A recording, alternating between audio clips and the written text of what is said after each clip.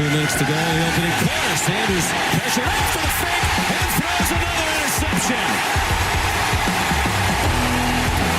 Mac Jones picked it off. Welcome to Sikkim 365 Radio.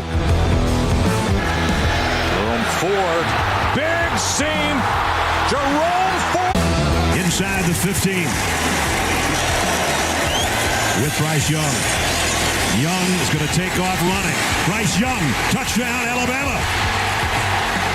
Does it with his arms, and now he does it with his legs. The 3 o'clock hour is sponsored by Waco Custom Marketplace. Meats, sweets, Texas treats, and a cut above the rest. 425 Lake Air Drive, Waco. Tim Johnson has time. Here comes the pressure. Lets it go. It is caught. DeWayne Jenkins. 28-yard strike. Now here's David Smoak and Craig Smoak.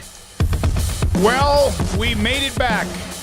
Made it back to Waco yesterday evening. So many people who covered Big 12 Media Days had to go much further than we did, including one of our guests today, Max Olson.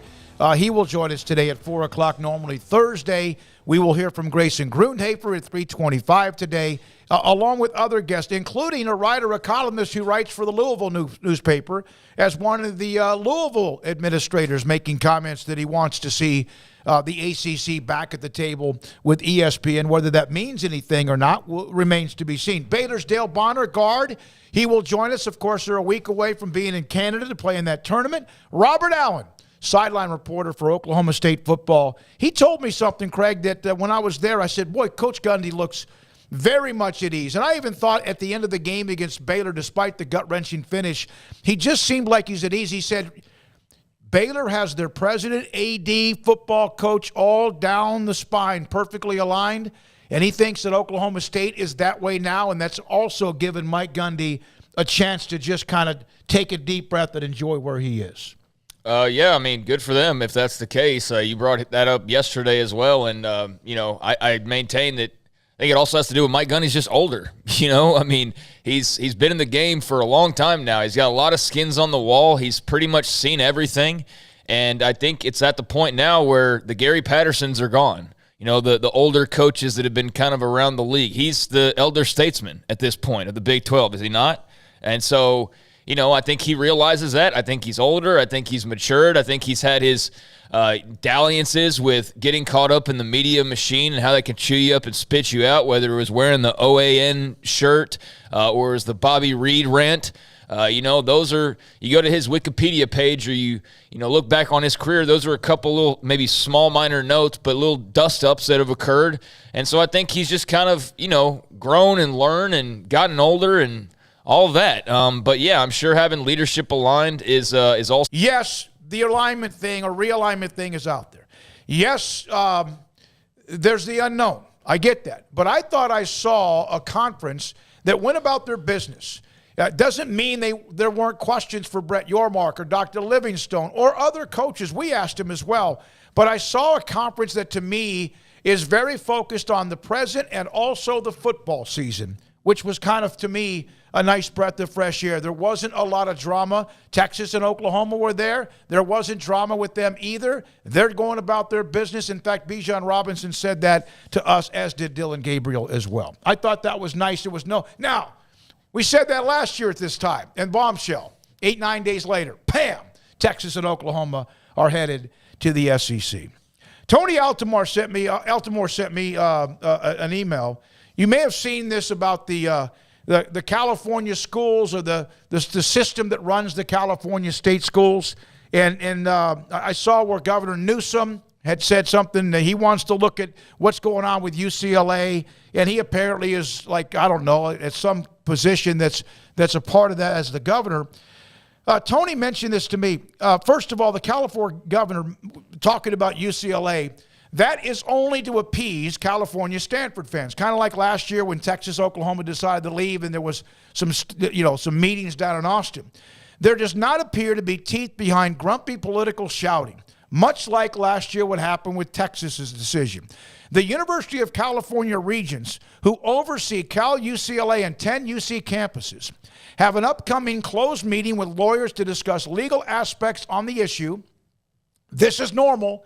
Colorado's already met twice to do that. The UC system president, Dr. Drake, was aware of the Big Ten discussions and move. He was previously at Ohio State as their president in 2019.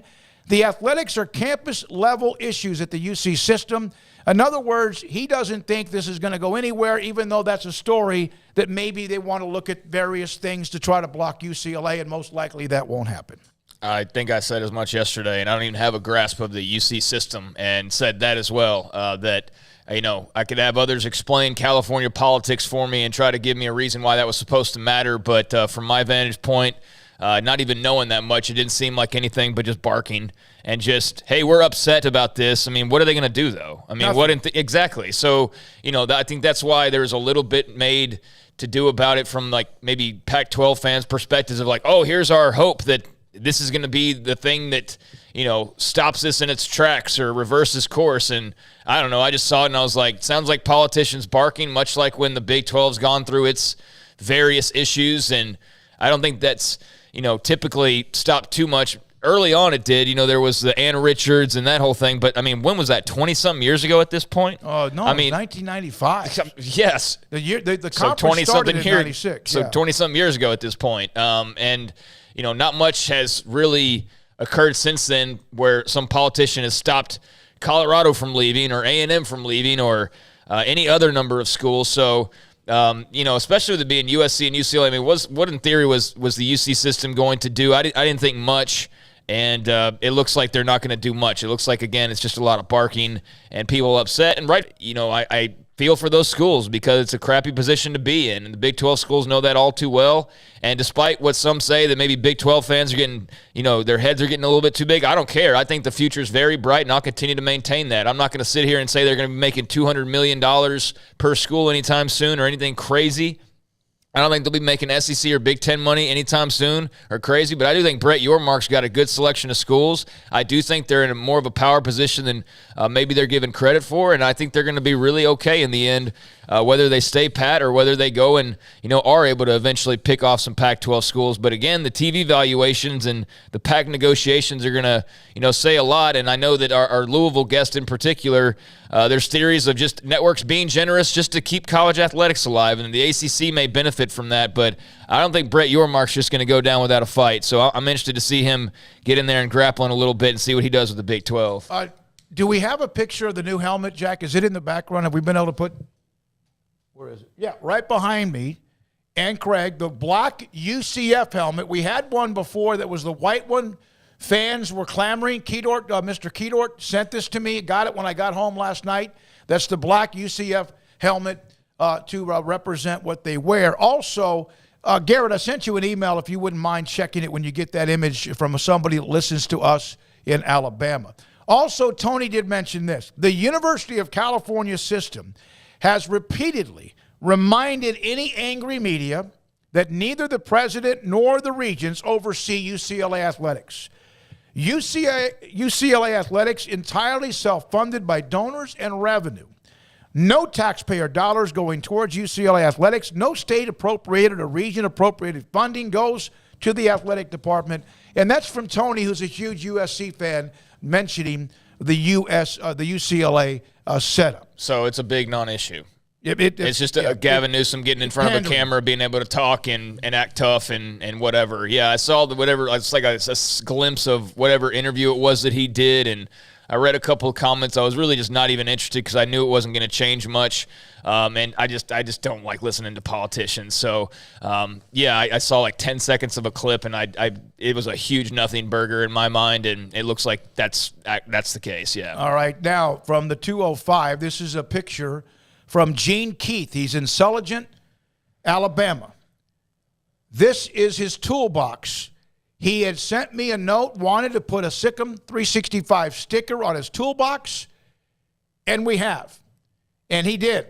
And thank you to Gene Keith in Sulligent, Alabama, who watches and listens to our show. Roll Tide. Shout out to you. Thanks for putting that up there. Appreciate you. Tim Sullivan of the Louisville Courier-Journal will discuss what's happening with a couple of comments made by the Louisville AD. I just like saying Louisville. AD on the contract with the ACC, the grant of rights, and all of that as well. Diane, we'll check with that. The YouTube channel might be skipping a little bit. Maybe it could be you, could be your internet. And if it's us, we'll try to fix it, tweak it if we possibly can. But thanks for the heads up in case there is something going on. All right, behind the scenes today, Faith Lynch, she's here today. Garrett Ross is back with us again today, and so is Jack McKenzie. Emery and Levi were a part of it along with Brian Etheridge. It was great. You know, when you have one of the partners, a part of the show, working, getting his hands greasy in that 2 days we were in Arlington, we appreciate that. Ashley and Colt, of course, are constantly involved as well. Paul will be back early next week. Now, Garrett, let's put the video of Tiger. Let's do that now. The Open Championship.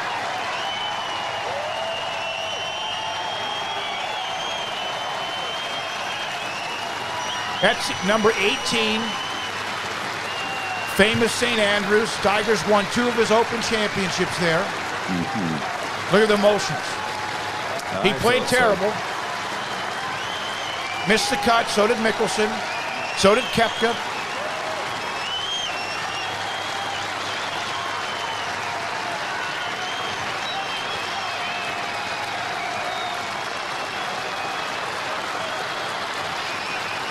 And he missed a birdie putt on 18. And that's the last time, he said, probably because of his body, wear and tear, and maybe even his age. It could be the last time he ever plays St. Andrews. He missed the cut. We'll have an update Open Championship. Paul Bloss, who's a member of Sikkim365.com in the premium section, watches the show. He is there in Scotland watching and was there today when Tiger walked up the 18. He's going to do a little cut-in with us from Scotland at around 5 o'clock Central Time today. We will hear from Grayson Grunhafer today. Max Olson today. He was at Big 12 Media Days. And again, as I mentioned as well, Dale Bonner, Baylor guard, will join us today at 3:45 as they're back and getting their legs back together and fresh again after what they did in Toronto where they lost in the championship to Brazil. All right, 3:15 or 3:13 is the time. Let's take a break here. Garrett, we'll try to get to Grayson just a little bit early. Sikkim 365 Radio and 365 Sports. I still love this text that I received from Dr. Rob Maxey. He was telling me about a lady, a woman who needed an MRI. And so she called Ideal MRI. Got online, found their number, idealmri.com. I've been talking about Ideal MRI for a long, long time. Said her insurance company was making her go to the hospital system to get an MRI. And that it was going to cost her $1,600 for the knee, MRI, and that includes even with the help of insurance. She called. She'd heard about the story of Ideal MRI where MRIs are $497 or less every single time. And insurance, of course, can help you even more. She was then told about their price. She didn't believe it. She went there. She was so excited. She went by, got, in fact, the MRI. Her exam was then interpreted by a fellowship-trained world-class musculoskeletal radiologist. Her local doctor access to the images online immediately for $497. That's an incredible story, and again, saved her $1,100 on an MRI through idealmri.com in the Central Texas Marketplace in Waco. Three Nations Brewing Company has 16 different beers on draft with a new beer every Friday. It also offers 2 air-conditioned tap rooms, a large indoor beer hall, a second-floor mezzanine offering a great overview of the brewing company and equipment and patio where you can relax under the shade. Plus, you can now experience the new Three Nations Beer Garden Grill on our shaded patio. Grab a cold beer and enjoy a bite from our freshly prepared and delicious menu. Street tacos, quesadillas, freshly cooked burgers and dogs, and veggie burgers too. State Fair tornado fries, nachos, and so much more, all prepared and cooked on site. So come visit the award-winning Three Nations Brewing Company on East Vandergrift off I-35 in Carrollton.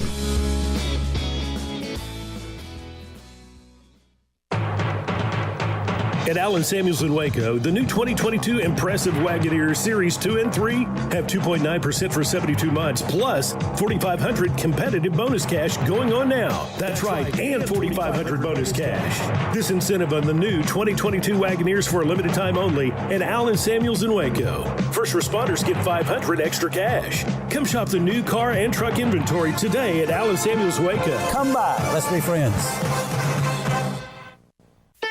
Don Humidor, your home with a 48-foot walk-in humidor with the elite cigar brands from around the world, including the #1 cigar of the year, Aging Room Cuatro Nicaragua. Plus, they have the great brands like Macanudo and Artur Fuente, Rocky Patel, Aston, and so much more. CBD, great for sore muscles, aches and pains, sleep, Vita Dreams, and anxiety, mild depression, general health and wellness. Their staff very knowledgeable on the subject. If anyone is curious about CBD, ask Carol and Ashley. Don Humidor in the Townwood Shopping Center off Valley Mills in Waco.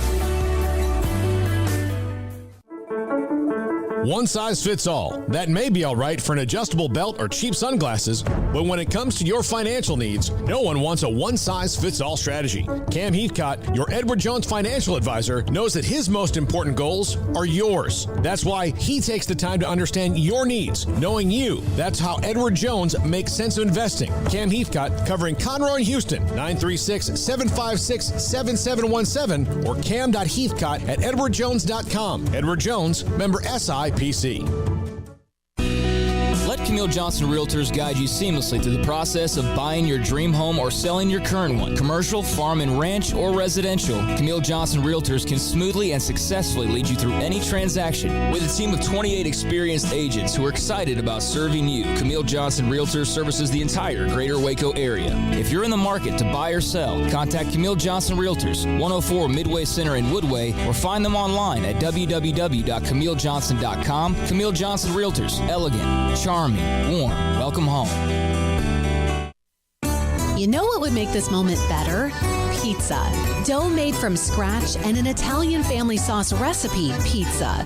3 fresh signature cheeses making a melty blanket of perfection pizza. Like loads of premium toppings like crispy Old World pepperoni, savory Italian sausage, and fresh sliced veggies pizza.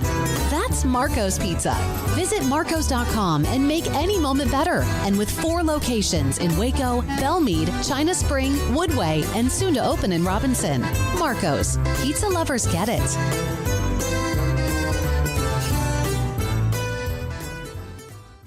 Do you or your kids get nervous about going to the dentist? Stonewood Dental, Dr. Steve Childress, he can help. I've spent a career taking care of patients who as children had bad experiences, and now they're adults that hate going to the dentist. If I get a kid at 3 years old and they come every 6 months and it's a happy experience, it's normal for them. Now they have an accident at 6 or 7 or 8 at school. Now they have a broken tooth or a trauma, and they have to come here. They're used to lights, they're used to water in their mouth, they're used to experience, they already trust us. It's amazing what we can do with that kid without it being a negative thing.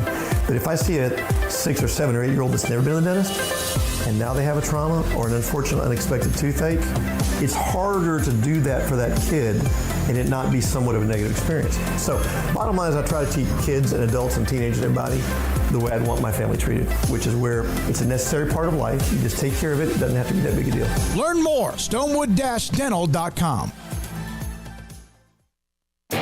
This is Sikkim 365 Radio. Text us at 254-339-1122. The Sikkim 365 Radio text line is sponsored by Riverbend Liquor and Wine, with the most extensive variety of craft beer in Waco. A hidden gem on Lakeshore Drive and 19th Street. We'll hear from Grayson Grunehafer here momentarily. Sikkim 365.com recruiting coordinator. In fact, we have Grayson now, Craig Smoak, David Smoak, Sikkim 365 Radio and 365 Sports. Grayson, thank you. We'll have Max Olson today at 4. He was at Big 12 Media Days. Craig, he was there. So was I, among many others. Grayson, we had talked to you that day as well. Anything else to reflect back on a couple of days after you were there? Yeah, I mean, we got to see a second day of Big 12 Media Days and got to hear from, Oklahoma with Brent Venables and got to hear from Steve Sarkisian, and I felt like that second day was, just as good as the first day. We got to learn a lot, and, I think this conference is going to be really interesting next year, because you kind of look at, new coaches in, you got some second-year coaches that are trying to make some hay and make up some ground on what was maybe a negative first year. And then also some coaches that are trying to take that next step, like a Chris Kleiman or a Neil Brown. So a lot of fascinating storylines. I felt like it was a really good couple days. Grayson, was there any team that after hearing their coach or players speak that your opinion has changed for the better or for the worse? Yeah, this is such a tough one, because I do believe that Brent Venables is going to have a lot of success at Oklahoma. And guys, it might come this year. I mean, we saw Lincoln Riley, his first year as the head coach at Oklahoma, they went 12-2. So it's for sure possible. But it sounded as if Brent was kind of, trying to reshape a culture and trying to build not only a really good defense, but I think there are some things he feels like need to be fixed on the offensive side as well, to maybe match what he's trying to do on the defensive side. So that might take some time. I like what I heard from Dylan Gabriel. I think he's going to be successful. My question is, are they going to live up to the expectations that Oklahoma has, which those expectations are 11-1, college football playoff berth, Big 12 championship? I think those goals might be a little lofty year one, even though I do think they will reach the 10-win mark. I just don't know if Big 12 championship 11-1, I don't know if that's in the cards this year. Yeah, I asked this yesterday, and I knew the answer, at least my answer would be no way. We've seen really good teams in the Big 12 not be able to run the table. I'm not so sure you're not going to have a champion this year. Maybe someone separates with 2 losses. Well, I mean, Baylor was that last year, right? Yep. So, I mean, it's definitely realistic, and I do think the championship will likely be a 1-loss versus a 2-loss team. You kind of look through kind of what has happened in the past, and it always seems like a team or two in the Big 12 end up at 11-1 or 10-2. So a lot of people that are maybe predicting, there'll be like 3 teams that are 9-3. Well, that typically doesn't happen. Those things sort itself out. For some reason, it always ends up there's one team that's like 11-1, and then maybe another team that's 10-2. And I think it'll be very similar to kind of the way it was last year, with maybe 3 teams separating themselves and then a lot of good teams in the rest of the conference kind of battling in the middle. Grayson, some new coaches in this league. Joey McGuire, obviously, with Texas Tech. You got Sonny Dykes, of course, with TCU. They were both there yesterday. Did you pick up on any different vibes? I think TCU post Gary Patterson, even though that occurred in season, the season was still going on, but actually seeing them with someone else at the helm, it just already feels way different, in my opinion. And then Texas Tech with Joey McGuire, I think I'll maintain this. I think he's loving that they're, kind of flying under the radar a little bit. But there's some excitement there. Did you sense some changes for some of these teams based on, what they did during the offseason? Yeah, so I guess let me start with Texas Tech. And I think with Tech, it was really interesting because they announced that $200 million facility upgrade. And I think it's so important because it felt like with Matt Wells, they never fully committed to him. Whereas with Joey, it just seems like there's a commitment and a belief among, Red Raider fans and the administration. And so I think that bodes really well for Joey in the future. I think there are going to be some growing pains. There always are. But I will say, I think Joey and that Texas Tech program is trending in the right direction because they're putting a lot of resources into that program. Now, as far as TCU goes, they're a team that after media days, I just really feel like they're going to struggle in year one with Sonny Dykes. I just think it's such a different, move when you go from this defensive-oriented coach to this high-flying offensive attack that Sonny Dykes is bringing in. And I just think there's going to be a little bit of a transition period. And I would be shocked if they're, competing in the Big 12 for a championship. And I wouldn't be surprised if they made a bowl. That's obviously the expectation, but I just have a feeling they're probably going to be a 5 or 6 win team this year. But that doesn't mean the future isn't bright. It just means for this season, I think their roster and their makeup and their culture is probably going to have the biggest shift in the entire league. One of the things I got out of Wednesday when Baylor was there, Dave Aranda, but the players as well, is when we asked questions, both of us did, about Blake Shapen and the leadership role, because you don't just walk into a room and say, okay, I'm the quarterback, I'm the guy. It seemed like to a man, and even Dave Aranda, that he's been able to, without doing that, slowly but surely and methodically become the guy that people want him to be, not just as a football player, but as a leader. Yeah, I think that's a process, right? I mean, he was the young guy. He's trying to establish himself. And, it's also hard, guys, because he was in the shadow of Gary Bohannon, who, by all accounts, was just a tremendous leader. Like, we've never heard anything bad about Gary as far as being a leader and being a guy who's perfect for the culture. So having to replace a guy like that, I'm sure it takes time. And I think that it has taken some time for Shapen. But you're exactly right. Listening to the players, it seems like, he's got a command of the offense now, and he's slowly but surely taking steps to becoming the leader that I know Dave Aranda and Jeff Grimes and Sean Bell want him to be. And that bodes really, really well for Baylor moving forward, not only this season, but the years to come as well. Grayson, we are so busy doing interviews and whatnot. I haven't had time to go through all the coaches' interviews. I haven't even heard all the things that Dave Aranda has even said yet, which I'll try and catch up on as best I can this weekend. But was there anything, ultimately that stood out to you in terms of, what he talked about this upcoming season, whether, it might be a repeat of what you just talked about with shaping the leadership? Was that a main thing that stood out, or was there something that maybe nobody's talking about as much that you took home with you? Yeah, I think that the biggest thing, and Dave Aranda's talked about this a ton throughout his time at Baylor, especially this past season, but they are so focused on winning the day, and I think that is so key. They go through these stretches where, it's all about winning that one day, and all the players talked about it, on that day it was like July 13th, and they're like, we're just trying to get through July 13th, and we'll worry about the rest later. They're going to need to keep that mindset if they want to win another Big 12 championship, because, everyone's talking about, they're the hunted now instead of the hunter. And that is such a key phrase when you're talking about taking stuff, as they come. And I think that's what Baylor has to do this year. They have to win every single day, and then that allows them to win every single game and win every single week. And I felt like that was something that was reiterated by the players, the coaches, and really by everyone. And then the second part of it was person over player. And we've talked about that a lot, specifically when I call in for this show, because we talk about recruiting a ton.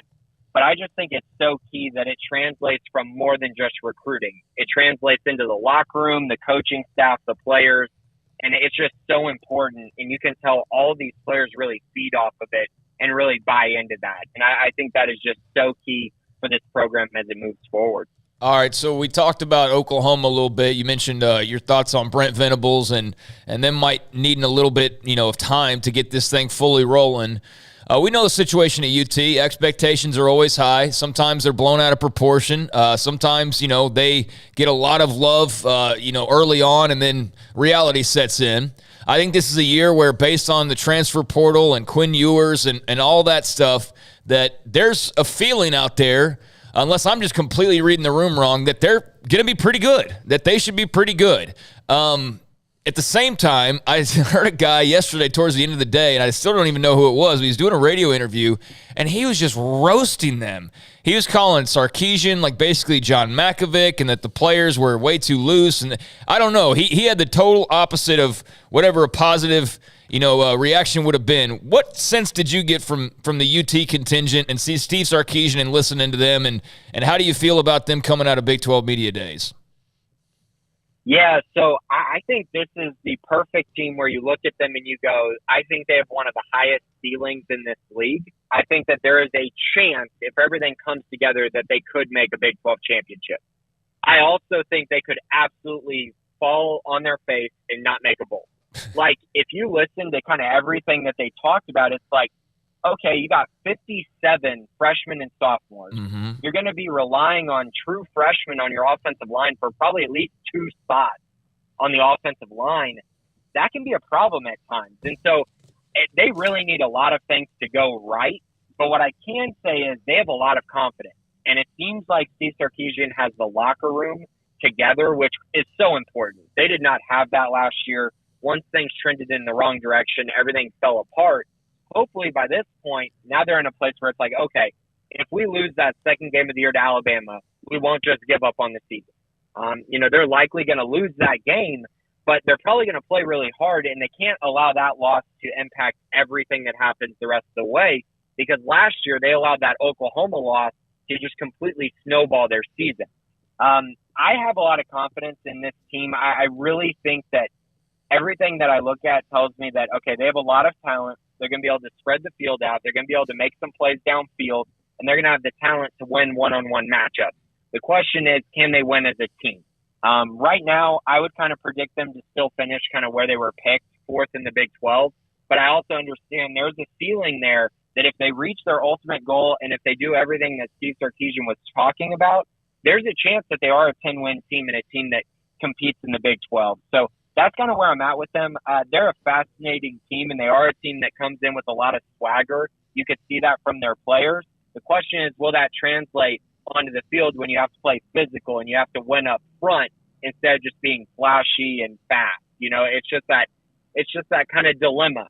And I think the Big 12 is going to be fascinating because they're going to try to expose the things Texas doesn't do well, whereas Texas is going to try to expose maybe the lack of speed that some of the Big 12 teams have. Yeah, I think they're going to try to, like, browse Baylor folks, you know, drop 50 on people's heads. Yeah, so, Craig, I found it really interesting. There was a Texas writer who was at the breakout session with Dave Aranda, and he asked probably 5 straight questions back-to-back. They were basically having a conversation about the LSU offense. And it was a Texas writer, and it got me thinking, like, is he asking these questions because that's what, you know, Texas is trying to be this year? And I just found it really fascinating. They were having kind of a back and forth, and Aranda was talking about how if talent was equal, he felt like that would be really hard for that LSU team to have won in the Big 12. Now, obviously, he mentioned talent was not equal because LSU was just supremely talented that year. But I just found it such a fascinating conversation and one that kind of got me thinking, okay, is this what Texas is maybe trying to be this year, trying to be kind of a light version of that LSU team? One thing we noticed is that there were a couple of teams talking about, you know, division within the locker room. We heard TCU that from Travius Hodges Tomlinson. Obviously, Texas has discussed that as well. Bijan Robinson yesterday to us brought that up as well. You know, you wonder, has anyone ever won with a divided locker room? Is that a default? And that's not about, because teams that don't win, you hear about, well, we weren't really together in the offseason. And maybe that's the case because Baylor in 2020 was dysfunctional because of the COVID or whatever else. And I wonder, has anyone ever won despite a divided locker room? That's a great question. I think that's one of those questions that you'd have to get the answer from players that were on the team, because it's like when you have success, you never get asked what's wrong in the locker room. Exactly. You know what I mean? Because you're winning games and stuff like that. But, you know, this is just kind of a hypothetical, but like, you know, Ed Orgeron was fired, a year and a half after he won a national championship? So you kind of wonder there, like, I don't think the locker room was divided per se, but maybe there was a kind of a distance between the head coach and the rest of the team. But again, I don't think that signifies a divided locker room. So yeah, I would say it's probably very hard to win a national championship, like to be that caliber of a team with a divided locker room.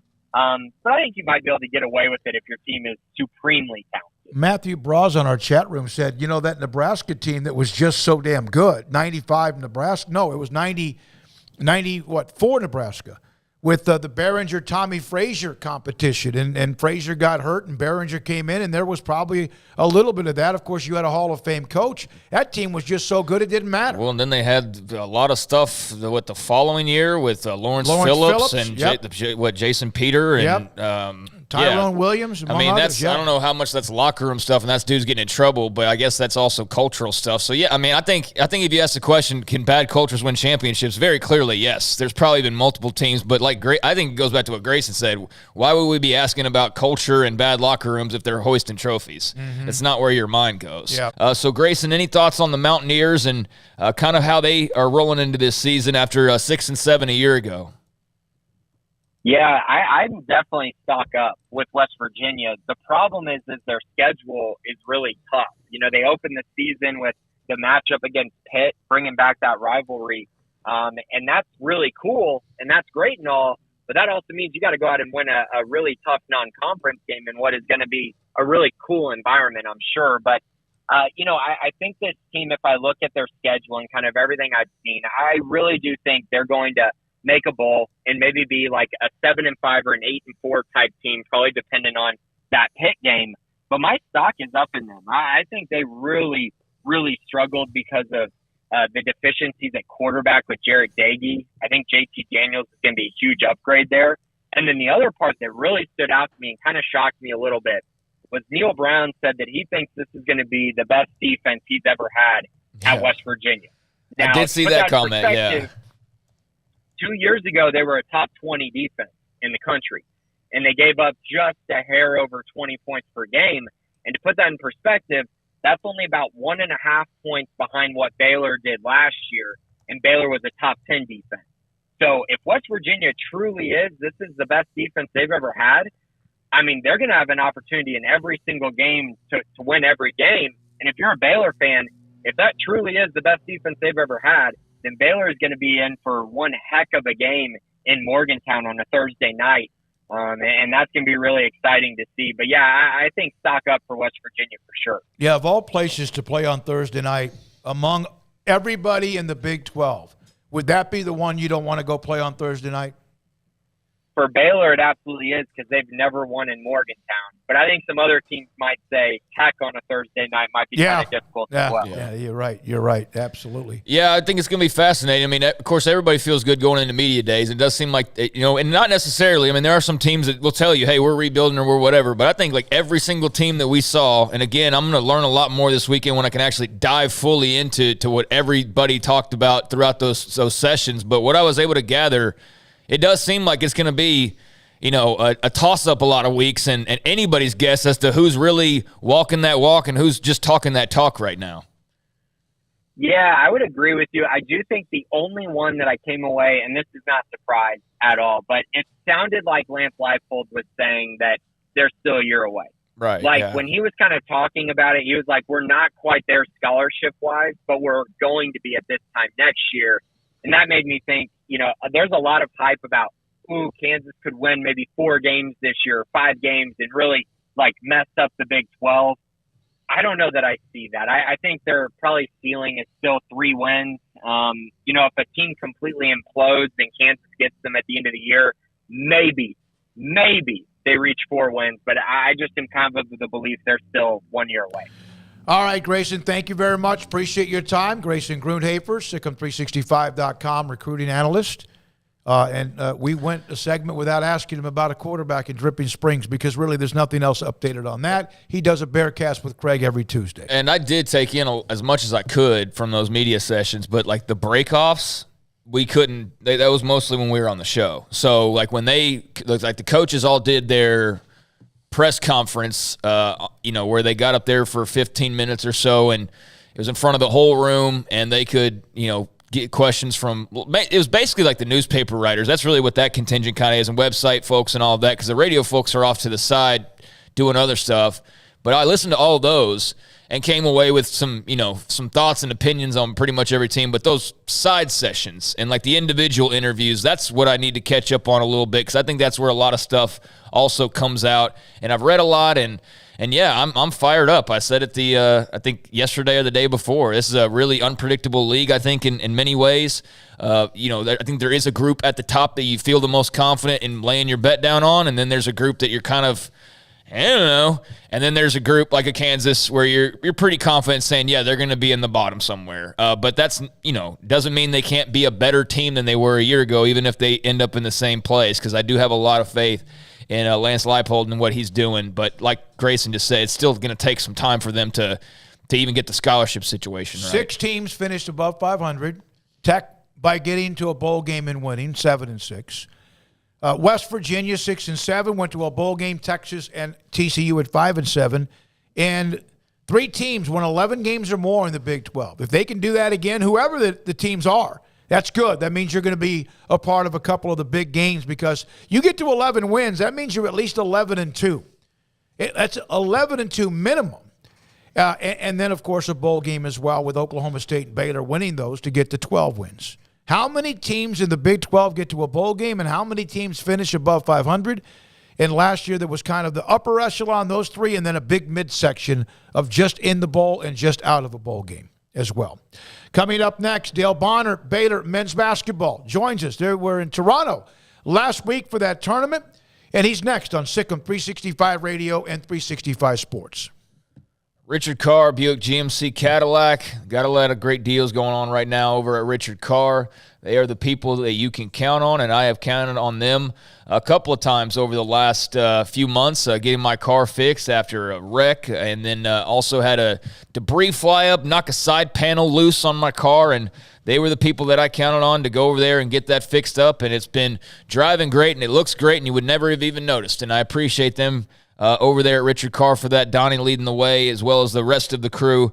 They do a great job customer service-wise and repair-wise. So I can speak to that, but I can also speak to the fact that they've got cars and trucks arriving weekly at the dealership. So if you want to get into a new car or truck as soon as possible, get your name on their inbound vehicle list. That's basically like putting yourself in line to get a car or truck as soon as possible. So the sooner you do that, the better spot you will get if you get on that inbound vehicle list to reserve a brand new Buick, GMC, or Cadillac before anyone else. But if you are in need of a car today, they've got dozens of quality pre-owned cars and trucks available. All of their pre-owns go through a 172-point inspection before they put them out on the lot, so you can drive them with peace of mind. And driving a car or truck, as those of you who don't have cars or trucks that work very well, and certainly that was me for a long time, man, once you get that peace of mind back, it changes your whole day, changes your whole life. Just being in a car that's reliable, and then you're not having to worry about every time that you start it up, whether it will even start up for starters. But they will pay top dollar on your trade if you're looking to go the pre-owned route. With dozens of lending options, they'll say yes to loans when others say no. So go online or come by to check out that inventory today,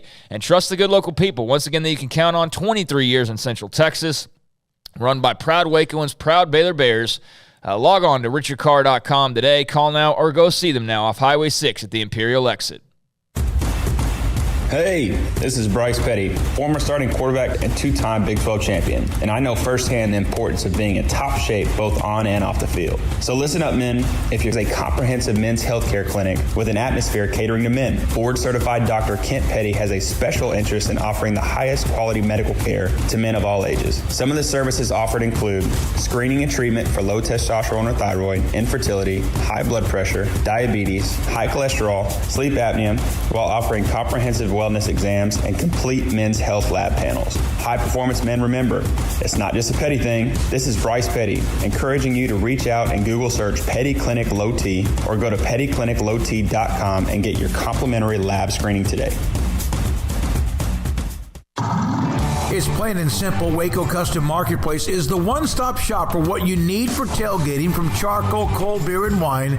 And, of course, customize your order with brisket, tri-tip, sausage, wings, smoked pork tenderloin, country-style or pork spare ribs, marinated beef and chicken fajita meat, ground beef and chili, meat, hot dogs, and burgers, buns, seasoning, sauces, chips. There's fresh baked bread and kolaches every day, breakfast sausage links. And you can also customize your favorite cut of steaks from select, choice, or prime, bacon wrap fillets, ribeyes, New York strips, sirloin, T-bone, and porterhouse. Full service butcher shop includes pork, poultry, beef, chicken, and seafood, serving Waco restaurants and families since 1940. Your one-stop shop for beef, pork, poultry, and seafood needs.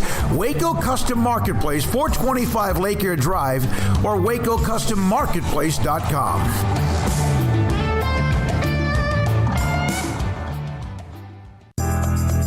Riverbend Liquor and Wine, Lakeshore Drive and North 19th Street, right behind the bank, is a hidden gem in Waco. If you're a fan of bourbon, especially local Texas bourbons, that's where you gotta go. Balcones, TX, Devil's River, whatever it is, they've got it. Riverbend Liquor and Wine, plus the best selection of craft beers in Waco, seasonally churned out throughout the year. Whether it's spring, summer, fall, or winter, Riverbend Liquor and Wine, best selection of craft beers, a speedy drive-through window, and excellent customer service. Find out more on Instagram or just go by and see them. Lakeshore Drive at North 19th Street behind the bank.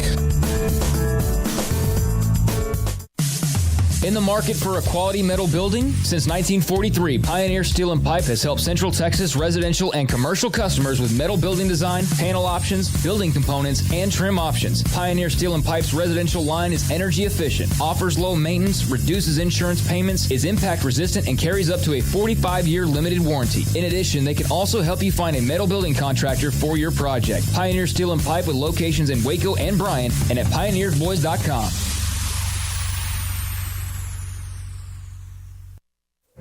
Stepping into a new pair of boots is great, but stepping into the boots of a U.S. Army officer can also add confidence and leadership skills to your son or daughter's career path. There are more than 150 occupational specialties to help them find the best fit for their future. See all the things your son or daughter can achieve in our boots at GoArmy.com. U.S. Army Waco Recruiting Company, 254-598-8131 or 254-776-1543.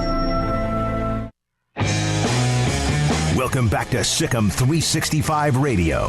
Have you subscribed to our YouTube channel? Search 365 Sports on YouTube. The Baylor men's basketball team was in Toronto, Canada, and they were a part of that tournament that was put on by the city of Toronto. It was called Global Jam, and initially kind of difficult. But then they found themselves in the championship against Brazil, lost in the final game. The team then came back. They're back trying to get their legs back underneath them. It's not like they went to like Japan or overseas, but it is a travel. And Dale Bonner, Baylor guard, joins us on Sikkim 365 Radio and 365 Sports. Dale, thank you very much. Was there some sort of a kind of get back home and get your legs back underneath of you? How you doing? Yeah, definitely. You know, just taking our time. We're back in the States now. Just getting our legs up under us again, like you said. What did you guys learn about yourself? I know there were some that didn't play because of getting back to normal, LJ and obviously Adam Flagler, Langston, and others, and Jonathan. What did you learn about the team? I think we learned, like, you know, as long as we play hard, everything else will work itself out. You know, we give our all and, you know, live with the result. Dale, you did not win the first two games, but it was just to set up the seedings. How much was there as far as we have to get back at Canada? You were at least, apparently, according to a quote, called soft as a team after the first game. How much motivation was there in that rematch with Canada? You know, it was definitely a lot of motivation. You know, we didn't want to go Toronto and not get a win. So, you know, playing them again was definitely fun. And, you know, we got to win. And then to get to got to the championship game, and it was just down to the wire. But you're playing against guys who were 2, 3, 4 years older than you, right? Yeah, yep. Those guys are a little older than us. You know, they're used to FIBA rules and, you know, their play style, 24-second shot clock and stuff. But I think we did a good job of adjusting and, you know, competing as well. And, of course, there's the rim. The ball's on the rim. They could just, you or whoever could just whack it off, right? Yeah, exactly. Knock it off the rim? You know, yeah. Yeah, exactly. If we're in the States, you know, that ball probably going in.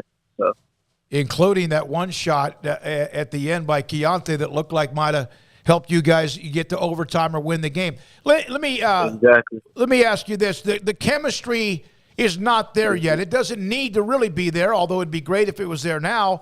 Could you kind of feel like you guys were – can you kind of describe what it was like to try to get used to some of the incoming players and younger players? It was definitely, you know, something we have to work on, but, you know, it's just not on the court. It's off the court as well, you know. We're spending time together, playing games, just interacting. You know, in Toronto, we got to see a little bit of the city and stuff like that. So just spending more time with each other, and, you know, just getting in the gym and working together. Everything will come together eventually. Was that your first time in Toronto, Dale? Yeah, it is. What'd you think? Had a lot of fun. It was nice. Nice scenery. Somewhere I would go again for sure. Yeah. Did you get it behind the wheel of one of those cars, those sports cars you guys were driving? What was that experience like?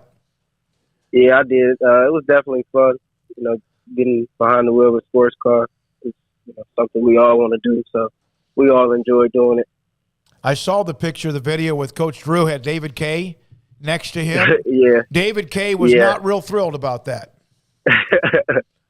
But yeah, I saw that. Coach Drew was speed a little bit, but I trust Coach Drew. The word chemistry is used a lot. If teams win, then you hear about chemistry, and if they don't, maybe it's not there. But in the case of on the court or away from basketball, just making that trip with everybody, whoever played or not, how much bonding do you see with a trip like that when you guys are kind of off and together?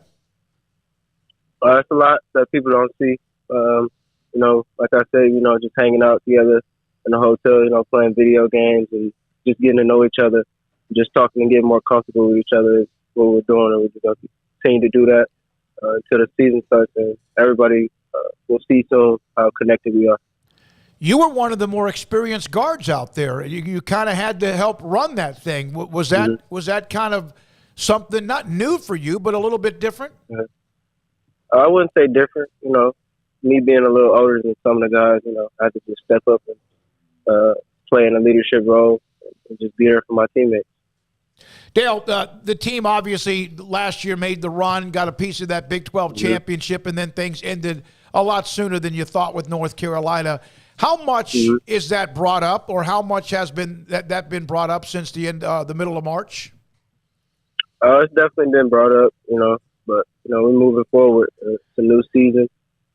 We have bigger and better goals this year that we hope to achieve. So, of course, we can't do anything about last year. We're just gonna move forward and start to get ready for this season and just make new goals, like I said. We've brought this up to you before when you committed to come to Baylor from Fairmont State. What is it about this program that gives a player like you an opportunity to kind of like sprout your wings even more so to play at that level like it did with Freddie Gillespie among others? What is it about the program that allows that to happen? I would just say kudos to the coaching staff. They all believe in us. And, they're not going to bring anybody they don't believe can play at this level. And they all, bring us in to continue to grow and get better. That's what I'm just going to continue to do each and every day. I just come in with a mindset that I want to learn and tweak something if I need to. Or, it's just bigger than basketball, too, as well. So. You guys did not win the championship game, but it was a close game at the end. Brazil was able to win it. And I understand if you're playing in a tournament, you win it, you should celebrate it. But did you get a feeling that meant quite a bit to them because they beat the United States, the chest on your chest, but also the fact they beat Baylor, who had won the national title, a different team, but won the national title 2 years ago? Yeah, I'm sure that they felt some type of way about that, for sure. Kudos to those guys for winning. Just because we didn't win that game, we still grew in some aspects. We continue to grow as a team. So it's not always about winning. It's a learning experience. We're going to keep growing, like I said. So is Keontae George even maybe better than you thought? Oh, I knew Keontae was this good. I think he's just showing everybody that explosiveness in every aspect of his game that that everybody wants to see. He comes and puts on the show. We all know what Keontae's capable of. We just can't wait to see him play the show. What kind of guy is he as a teammate? You've gotten to see him now for just a little bit. He seems to be an incredibly humble young man. Oh, yeah, he's tremendously humble. He hangs out and has a relationship with each and everybody. He tries to bring the best out of everybody, too. He challenges us. Him being that young, don't see that often. So kudos to how humble Keontae is, and he's a tremendous young man. Let me know if I'm wrong here, but even if you'd gone up there and not won a game, which at one point you were 0-2, but how important was the practices leading up to it and just the experiences of moving forward with so many new moving parts? I think it was still just a good experience, being able to practice with each other. We have some new guys on the team, just getting them to buy into what we want to do. Just helping these guys grow each and every day, just getting ready for the season. This was a great experience. Even if we didn't win a game, we still grew in some aspects that we wouldn't have grown if we didn't have these type practices. You have your guys, the cavalry's coming back, and that gives you the depth and obviously the experience, like you brought them up in Toronto as well. And I'm telling you, Dale, I don't know how much people expected to get a lot of production from you last year. I know the coaching staff wanted that. I thought you really were like a godsend last year. Did you feel that when your opportunity came? Yeah, when the opportunity is presented to you, you just got to come, have a presence, and do whatever the coaches need you to do, or my teammates. And I'm just going to continue to have that mindset and do whatever it takes to win. How much will it help when the cavalry or the rest of the cavalry, Langston, Adam, and LJ, get back together with the gang? I think it'll be good for us. Those guys are still around, even though they're a little banged up. Those guys still are part of this team. They can't. I know they all can't wait to get back to play, and I just can't wait to see them all out there again. You kind of help us get to know how resilient Jonathan Chamwachachua is, and watching what he's trying to do every single day. Oh yeah, man. John's literally every day. He's in there every day doing rehab, or just watching guys work out. He's just being around and giving out good energy. Whether that's he's going through what he's going through, he just tries to come in with a smile and a hard working mentality. Is he someone that if you have a bad day or you're like grumpy, and I'm not saying you are, but you then see him, what does he teach you? Oh man, he teaches resilience, going through something that a lot of people don't go through, and he's smiling, talking to you, asking you how you doing, and everybody doesn't know what he's going through, or he doesn't talk about everything that he's going through. Just for him to come in and with a smile and want to talk to you, and just seeing how you're doing, like I said, it shows a lot of resilience for sure. Dale Bonner, Baylor guard, with us. Dale, you had practices leading up to the tournament over, then you had some days off. What now, between now and school kind of kicks in late August, what will you guys be doing within the program?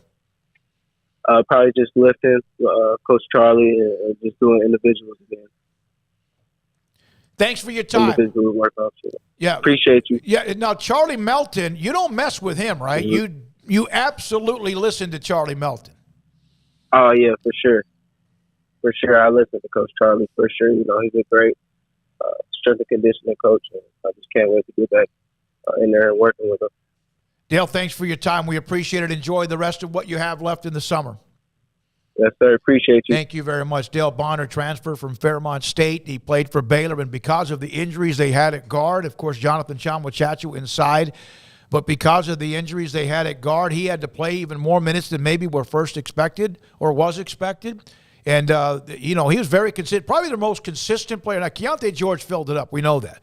But maybe game in and game out, with what he did with assists and steals and defense and whatever else and some points, rebounds, he was probably their most consistent player outside of what you saw with the points from Keontae George. When we come back, Max Olson, theathletic.com, he was in Arlington, Big 12 Media Days, next on Sikkim 365 Radio and 365 Sports. Cars priced right both day and night. At Richard Car in Texas. Trucks built for you, red, white, and blue. At Richard Car in Texas. Cars that zoom with lots of room. At Richard Car in Texas. Count on us, a dealer to trust. At Richard Car in Waco, Texas. At Ideal MRI, we feel blessed to be a part of the Waco community. We're a small family business right here in Central Texas, and our goal is to bring down the cost of healthcare while maintaining high quality. At times like this, the cost of healthcare has never been more important, and unfortunately, significant illnesses and injuries still occur. That's why Ideal MRI is open and here to serve you through the difficult time. We offer premium MRIs just like a hospital with state-of-the-art technology and specialists, but you'll pay less. sometimes thousands of dollars less, whether you're using insurance or not. At Ideal MRI, we accept most insurance and there are no hidden costs, even offering financing if that's needed. Everything included in the price, and you'll not get something as a surprise in the mail later on.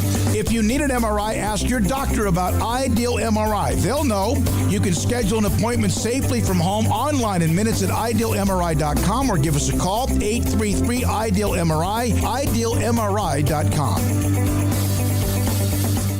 It was broad daylight. I stepped into a gas station for 5 minutes to grab a snack, and just like that, my car was broken into. They made out like a bandit. My laptop, my phone, everything. I called my agent to see what could be done, and he restored my faith in humanity. My claim was processed so quickly, and I was able to recover my losses. Stop by and see our agents at one of our 3 McLennan County locations. Coverage and discounts are subject to qualifications and policy terms and may vary by situation. Automatic Chef Canteen is a full-service micro-market vending and office coffee provider with state-of-the-art vending equipment, a wide variety of products, and offering custom-fitted micro-market vending office coffee solutions for your employee break room. You want a full break room solution and a workplace oasis? Well, Automatic Chef Canteen, locally owned and operated for over 50 years in Central Texas, also includes in-house mechanics on call 24/7 for fast, reliable service and maintenance. Automatic Chef Canteen, 6900 Imperial Drive in Waco, or online at automaticchefcanteen.com. Did you know that Waco Regional Tennis and Fitness is a partner of the city of Waco? Did you know that we are open to the public? Waco Regional Tennis and Fitness offers day passes to the public for only $10 a day, and we offer money-saving memberships. Waco Regional Tennis and Fitness offers over 40 group exercise classes each week, including bar, yoga, boot camp, indoor cycling, and more. There are free weights, weight machines, TRX, rowing machines, stationary bikes, new treadmills, elliptical machines, and much more on the spacious weight room floor. Personal training available where you can be encouraged to grow. Sauna, whirlpool, tanning bed and kids club, 17 tennis courts, 8 pickleball courts, youth and adult tennis and pickleball lessons. Waco's premier experience where you can help your mind, body, and soul.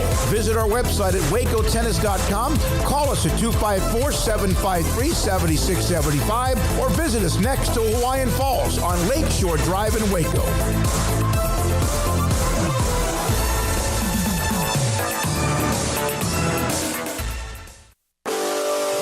Welcome back to Sikkim 365 Radio. And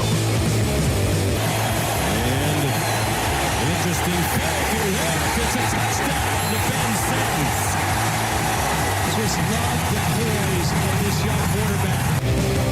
The 4 o'clock hour is sponsored by Boozer's Jewelers, the wedding ring store, specializing in custom jewelry and repair, all in-house. Now, here's David Smoak and Craig Smoak. Wrapping up this, we're into the second hour, 3-hour show today.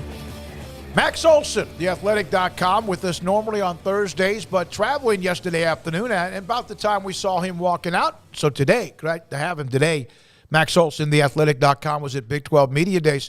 Max, other than, okay, what did you learn or whatever, was there anything that you learned that you didn't really know much about when you get coaches off to the side or players off to the side? Anything that kind of jumped off the page at you? Yep, I'm here to give away all the secrets I learned this week. Here we go. No, I'm kidding. It's funny, guys, like on Wednesday, and maybe this is just sort of a sign of the times or whatever, but there were, I think, 4 athletic directors at Media Days, which we usually don't see. And I found I was kind of gravitating towards talking to them a little more about what's going on here with realignment and the future of the conference and Brett Yormark and the pursuit of the Pac-12 schools and all that, because, it seems like that, it seems like things are cooking right now in that front. So I probably missed out a little bit of time with coaches and players.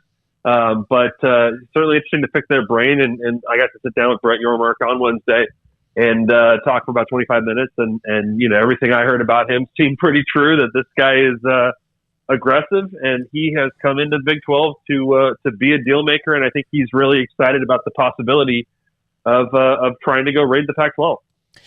Well, there you go. I was going to ask you, man. I mean, like that, he did not shy away from the talks about, being aggressive and the realignment part of it and walking in right at the time that this was all going on. I mean, I read your piece with him and also, of course, listened to his press conference and then him sitting with us. And, I mean, he's a mover and a shaker, Max. So what do you think that says for the Big 12 kind of moving forward? Do you think there's a sense of, okay, we've got a guy in here who's going to help stabilize and help us grow, albeit in a different direction? Or kind of what was your sense as amongst the Big 12 community once he was done talking? Yeah, this is why they hired him, and obviously hired him very recently. But I think you look at the way that search went and who the finalists were. They were people from outside of the college athletics industry in some ways, or had not maybe been ADs most recently or things like that. I think the Big 12 viewed their position as one where they need to maximize the revenue, maximize their brand, do whatever they can to, keep up with the SEC and Big Ten and try to get ahead of the Pac-12 and ACC. And so I think there's maybe because you've just gone through that search, I think there is a lot of alignment among the presidents and ADs behind Brett Yormark in saying, okay, this is what we're hiring him to do, to go out and make moves and be bold and do things that give the Big 12 a chance to be a lot more prosperous. And so, yeah, what you heard him say repeatedly was, that any moves the Big 12 makes has to be additive. I know he's considering several different options here, but this is a guy who's not sitting around waiting till August 1 to start making changes here. I think he sees a real opportunity here. And, the question really is can he, this wild card, this guy that, doesn't necessarily know these Pac-12 presidents and stuff like that, can he convince them to be bold and make a change here? Do you feel like because he's such an unknown that's what the Big 12 kind of needed? Someone who's not, with all due respect to some of those who have been around college athletics for a long, long time, stuck in the mud and have their alliance, I hate that word, have their kind of like their buddies?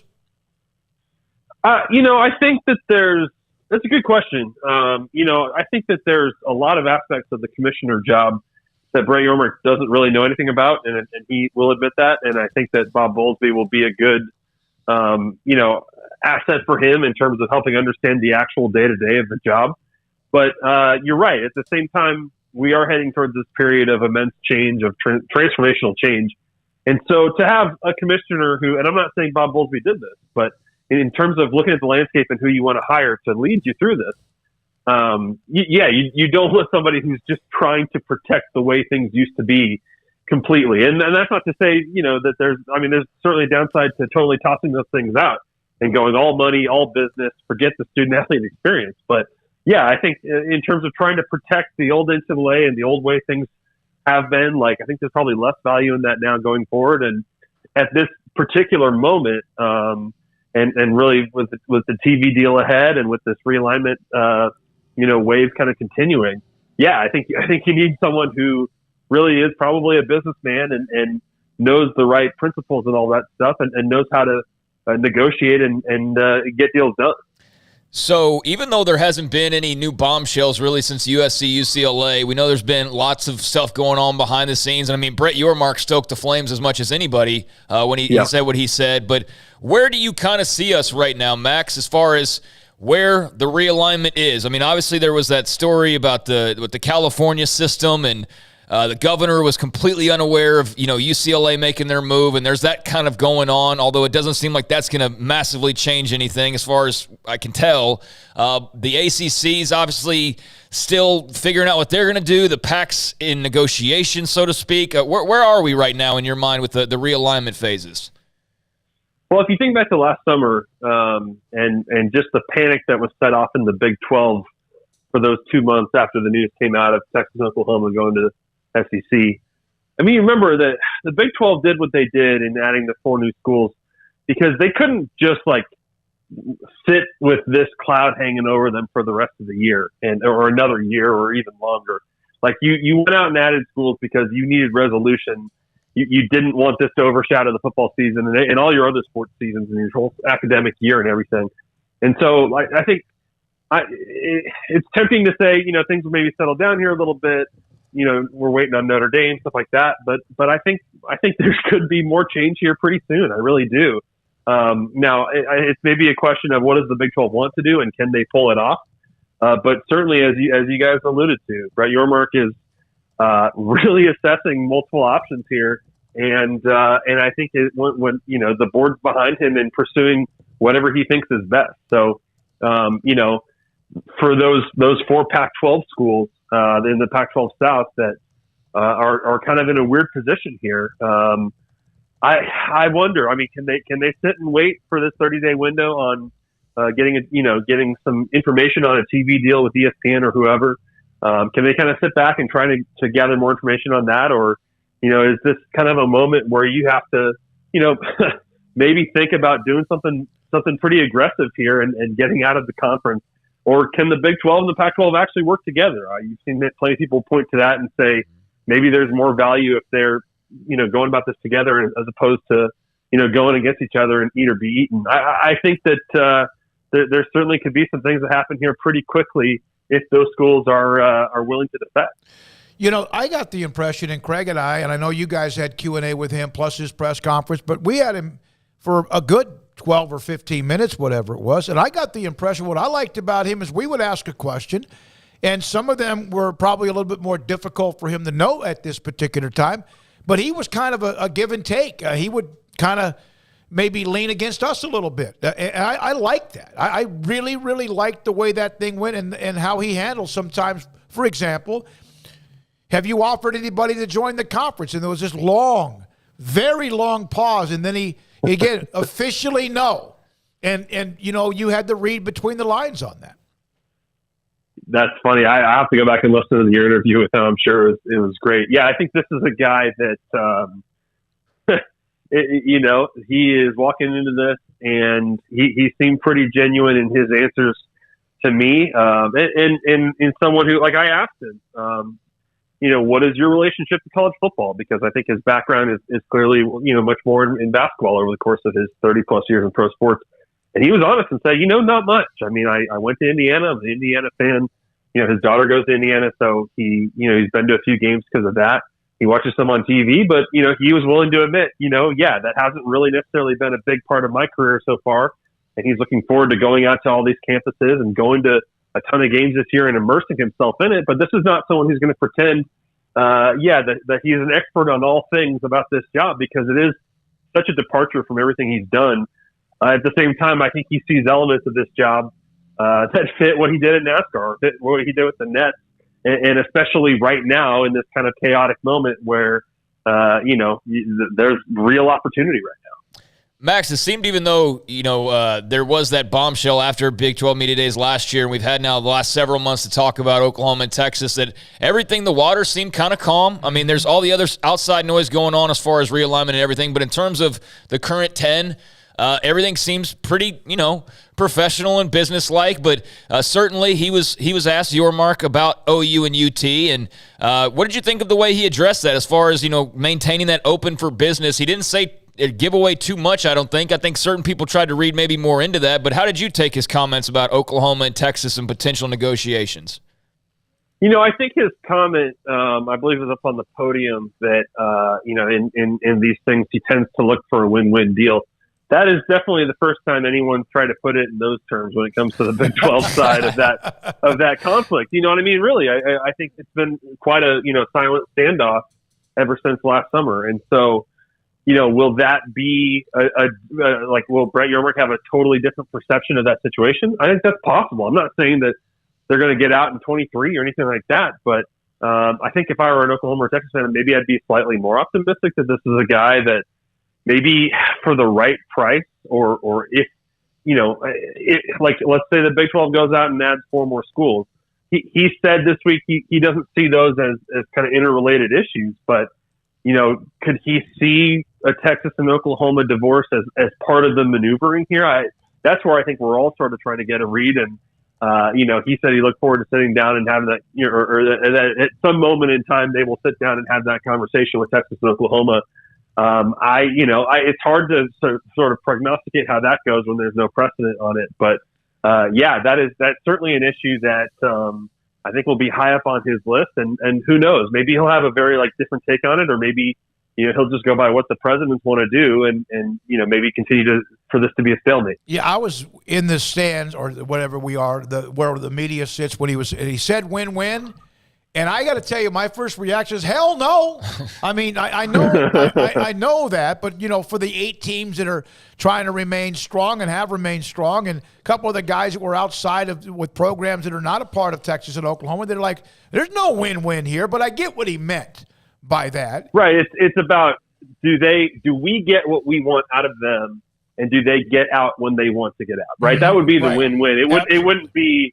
And look, I think, if we're being honest, in the realignment and all this stuff, the commissioners are not the puppeteers in all this. It's ESPN and Fox. And so is there a way in which ESPN gets involved in that situation and kind of make that right for all parties? Like, I think that's a possibility. I don't know exactly what that looks like, but certainly, there is the new SEC TV deal coming up, and, there is the Longhorn Network issue and all those things. Like, is it possible that ESPN can get involved and be the third party that helps kind of make the money right for everybody? I suppose these are the kind of things that, Brett Yormark may have to explore here going forward. Max, you had a piece on new Oklahoma quarterback Dillon Gabriel. We got a chance to talk to him yesterday. Absolutely loved talking to Dillon Gabriel. Seemed like a great guy. What were your impressions and discussing with him? Obviously, what was the Dime Time Retreat, I guess as it was called, and just his I guess feel for the program in Oklahoma and the expectations and all that comes with that. Were you guys surprised by his size a little bit? Yeah, a little bit. Absolutely. He's thick, and I mean that in a very complimentary way, but I was very surprised about, and again, he probably has a chip on his shoulder about. No, for sure. That's why that guy was not a 4-star recruit. Absolutely. He's going to be one of the shorter starting quarterbacks in the Big 12, but that's also how he got this far, by being, an ultra productive guy at UCF. That was a great eval by their staff and by Jeff Lebby to get him there out of Hawaii. And yeah, this is a kid that, when he's healthy, I think he has a chance to be the best quarterback in the Big 12 this season, because I think he really fits what they're doing there offensively. And as much as they lost a lot, I think with Eric Gray and Marvin Mims and Theo Weiss, some of the playmakers they've got, I think they're still going to have a chance to, when that thing's clicking, and as long as Dillon Gabriel's healthy, have a chance to put up a lot of points. And yeah, I wrote a story just off my talk with Dillon yesterday about the Dime Time Retreat he did. They went down to Lawton, Oklahoma last month. He and about 15 of his teammates, and did a 2-night Airbnb stay at a 9-acre ranch, and went and threw the ball around and went out to a lake, played golf, played video games and all that. This is a guy that he's a leader. He's a winner and he's a leader. And I think the way I just find the transfer quarterback experience so interesting, because so many guys are going through it now. But this is a guy that has really proven himself to his teammates, and now is trying to show them, hey, here's what my version of leadership looks like. And I think that, he really wanted to speed up kind of the connections and the friendships they have on that team, because it's such a new group. I mean, they even brought in, I think, 6 new transfers on that offensive side just this summer. So, there's a lot of moving pieces there, a lot of inexperience, but it's going to be fun to see how he and Brent Venables are really able to kind of put that all together and pull it off this year. Max, speaking of moving pieces, and I know you got to go soon, but we could talk for a couple hours about just all the storylines in the Big 12 this year, from the coaches and the transfers and just expectations. Rather than who was your guys' favorite interview this week?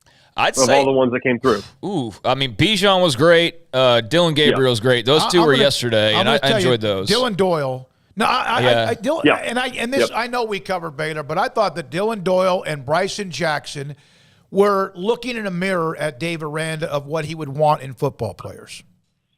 Isn't it funny how these guys start to talk like the coach over time? Yeah, for sure. There was think and talk like him. Yeah. Absolutely. And here's Bryson, a 6-year player, who Aranda mentioned to me kind of in early November, we made some plays, and he was like, he is so close to breaking completely out, to becoming his own, his own brand, so to speak, as a football player. Yeah, that's awesome.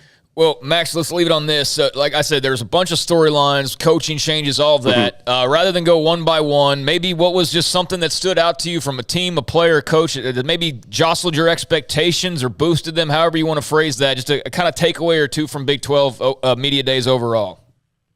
Yeah, one of the wild cards, I think, of this Big 12 season that is going to be pretty interesting is JT Daniels in West Virginia. And it was I got to talk with Neil Brown a little bit off to the side about that situation. And, Neil Brown's super high on him. I mean, he didn't come in for the spring.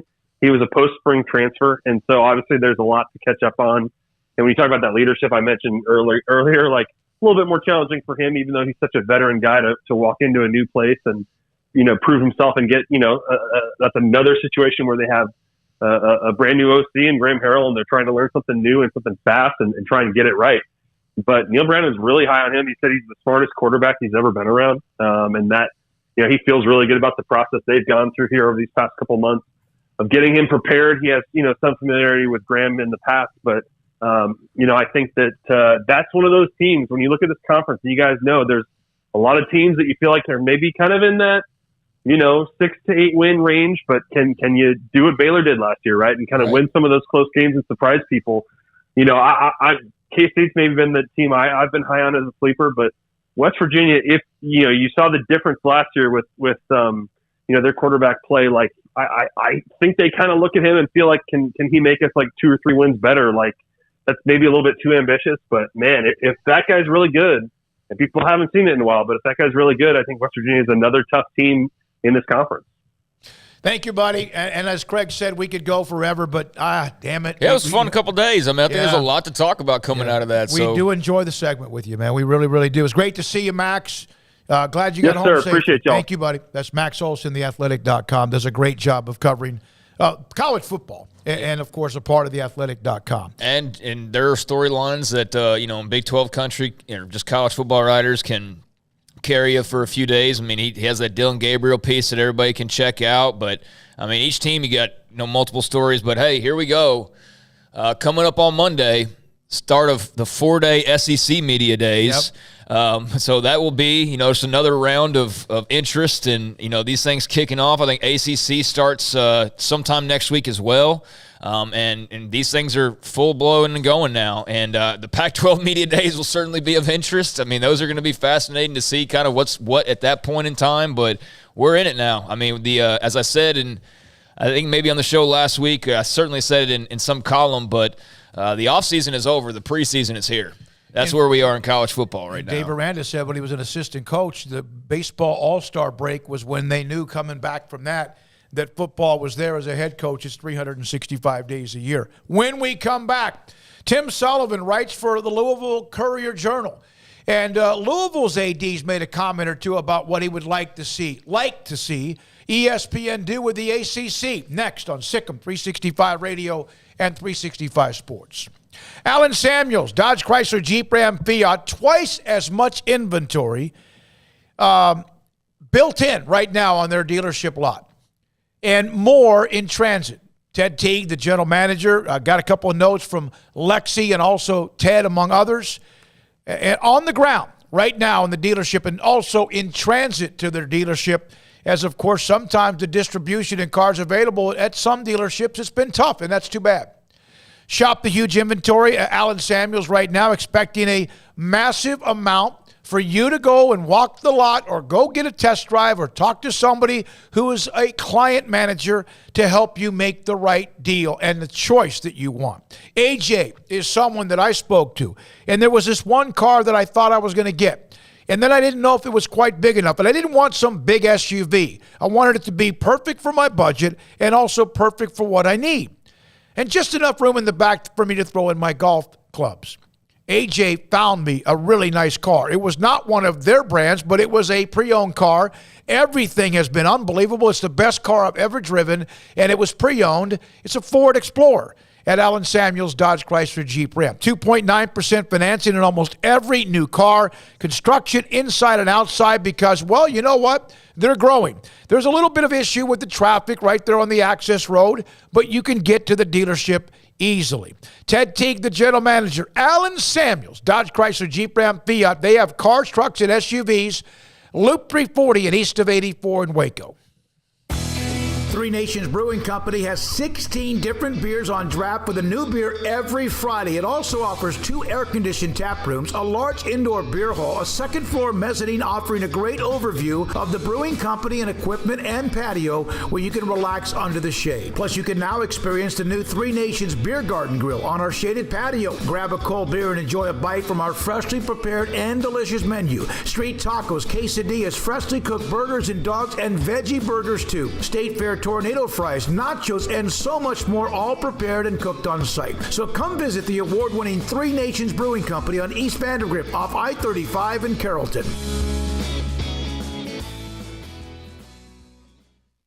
Baylor University is where lights shine bright. So, let there be light. Let there be roommates and teammates, scholarship and championships. Let there be fresh starts and new traditions, fast friendships and lasting impacts. Let there be laughter. Let there be joy. Let there be light. Baylor University, where lights shine bright. One size fits all. That may be all right for an adjustable belt or cheap sunglasses, but when it comes to your financial needs, no one wants a one-size-fits-all strategy. Ben Erlinson, your Edward Jones financial advisor, knows that his most important goals are yours. That's why he takes the time to understand your needs, knowing you. That's how Edward Jones makes sense of investing. Ben Erlinson, 100 North 6th Street in Waco, 254-759-8533. Edward Jones, member SIPC. Shorty's Pizza Shack at 12th and Bagby is a homegrown, family-owned and operated must-visit pizza place in Waco. Fantastic pizza by the slice or get the whole pie to share. Great happy hour specials every single day, and it's not just pizza. Great wings. You have to try the Sikkim sauce, chili cheese fries, pizza pillows, and more. Dine in for a great hangout or carry-out. Order online at shortyspizzashack.com or do yourself a favor and bring your crew to the restaurant at 12th and Bagby. Shorty's Pizza Shack. Tell them Paul sent you by.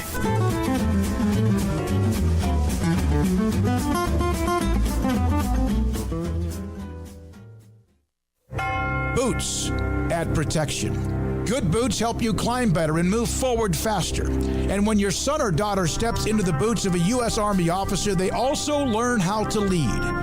In these boots, they'll gain more confidence with expert training in one of more than 150 occupational specialties. In these boots, they'll stand a little taller and lead a team with diverse backgrounds and areas of expertise to successfully accomplish whatever challenge comes next. In these boots, they'll earn respect with valuable experience from day one that will give them solid footing for success into the future.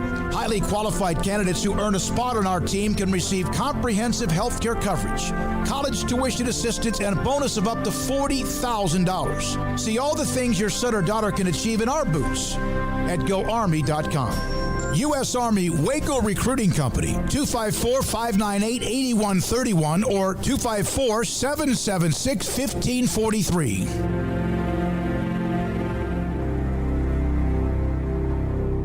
Brad Boozer, Boozer's Jeweler, joins us on Sikkim 365 Radio. Boozer's Jewelers on the corner of Valley Mills and Lake Air Drive. It's a staple of the Waco economy. What are some of the things you have coming up? You know, we kind of call ourselves the wedding ring store. We do all of our own custom work in-house. I've got 2 expert jewelers on staff every day. We can make anything from scratch. We kind of pride ourselves. Probably 9 out of 10, every engagement ring we do is actually made custom to what the customer wants. People look at that, oh my God, I can't afford it. I can't afford something like that. You've shown me examples that you could fit pretty much any budget. It doesn't cost any more to custom make something. You still have gold, you still have diamonds, and you still have labor. Best thing about a custom piece is if you have any old jewelry or heirloom jewelry or something passed down from a grandma or somebody, we can take that jewelry and use it towards your wedding ring for the sentimental value, and then you've got the product, and then it's just a little bit of labor and a little bit of design on your part of what you actually want. You want to know why they're successful? Brad Boozer, the owner of Boozer's Jewelers on the corner of Valley Mills and Lake Air in Waco. Welcome back to Sikkim 365 Radio. Sikkim 365 Radio is presented by IdealMRI.com. High-quality MRIs for $497 or less. IdealMRI.com. Your health is important, so is your budget. Full throttle, Robert Allen, sideline reporter, Oklahoma State, will join us in a moment. In this hour, we're now joined by Tim Sullivan, columnist, Louisville Courier-Journal, SicEm 365 Radio and 365 Sports. And he wrote an article, Why Louisville, ACC, looking for ESPN to return to the bargaining table. And Tim, thanks for your time with Craig and David. We had a writer who covers North Carolina with us, I think it was earlier in the week, about Guskowitz and what he had said. And then I saw your article. I said, oh, that's number 2. Do you feel that's kind of starting to have some leaders in the ACC speak out a little bit about what they want? Yeah, I was really struck by the comments from the North Carolina chancellor, whose name I won't even attempt to pronounce. But, I think he stated what's pretty clear, that, the ACC is in a tough spot with its TV contract that runs through 2036. And if the league is to stabilize, it really needs to revisit it. And, I don't know what ESPN's incentive to do that would be necessarily, but, I think they do have an interest in having strong properties and, beyond the super conferences, the 2, Big Ten and the SEC. And I guess at this point, the ACC may be next in line, and it's a big drop from the Southeast Conference and the Big Ten to anybody else in the Power 5. Tim, what kind of way would you describe the shockwave that was felt certainly last year around this time? Big 12 Media Days just wrapped up, and a few days later, Oklahoma and Texas, it's announced that they're going to be heading to the SEC. So now USC and UCLA almost a year later doing the same thing. Did the ACC maybe feel this one a bit more because of the implications that are now coming out of the LA schools going to the Big Ten? Well, yeah, I think to some extent, I think it shows that the Big Two are still in acquisition mode, and if the Big Ten is going to add members from the West Coast, then I think that certainly changes the overall dynamic that everyone is in play at this point. If they can get out of their grant of rights agreement, and there's already been speculation of Clemson and North Carolina, Florida State, and Virginia talking to the SEC. That story has neither been confirmed nor effectively debunked, as far as I'm concerned. But there's still a huge problem for anybody trying to get out of the ACC, because not only do you have an exit fee in excess of $100 million, you would effectively cede your television rights through 2036, which that could run into hundreds and hundreds of millions of dollars, and I'm not sure that anybody is equipped to do that. But I would not be surprised if there are people lawyers trying to figure out if there's a way to get around it. If the conference were to dissolve, if you could get eight members to vote to get out, that provision would disappear. So I think there's a lot of discussion, most of it, or nearly all of it, behind the scenes. But I'm sure that there are probably talks with the Pac-12 or the Pac-10, whatever the number is today, and the Big 12 would be in there as well. I mean, I think they've been pretty public about that they're open for business, and I can certainly understand why. Well, I know the alliance actually worked because it delayed the college football championship as far as that's concerned, any kind of growth there. But is that now kind of a 4-letter word when anyone mentions alliance? Well, I think that we've seen alliances like this before, and the one that comes to mind was the Nazi-Soviet Non-Aggression Pact, which Hitler betrayed by invading Russia. But I don't know how some of these college administrators look each other in the face, knowing the kind of business that they've done and how much it's undermined supposed colleagues and alliance members. But this is a new era. It's not entirely new. I mean, we've seen conferences rated for a couple of decades now, and this just seems to be ratcheting up. I don't know how many more schools there are that would move the needle that the Big Ten and the SEC don't already have. But I think that the game now is how many television markets you can bring and what kind of financial impact that has. And I've been looking at the Nielsen rankings, and I guess the markets that are most intriguing from that standpoint are probably Dallas, Fort Worth, and San Francisco. You can see TCU and SMU and Stanford and Cal all in play if that's what it's about. But I don't know that any of them have the cachet that USC and UCLA or Oklahoma and Texas have. You mentioned it, Tim, and by the way, I love that World War II analogy. That's spot on. I absolutely love that. But you mentioned, the possibilities about just all the talk that's going on. And I know one of the quotes in your article is from Kenny Payne, Louisville men's basketball coach. How much do you think that is driving coaches and administrators crazy who aren't at the steering wheel, just of what all the speculation does potentially and how that can be used harmfully or against them in some ways? Well, I mean, if you're in the position of a coach in a ACC, a Pac-12, or a Big 12 school, you know that there is a tremendous financial gap between you and the other two Power 5 conferences. And, if they have those resources and presumably an equivalent gap in NIL opportunities, you're up against it, and there have been certainly success stories at programs that didn't have those resources, and Baylor being a prominent one. Mm-hmm.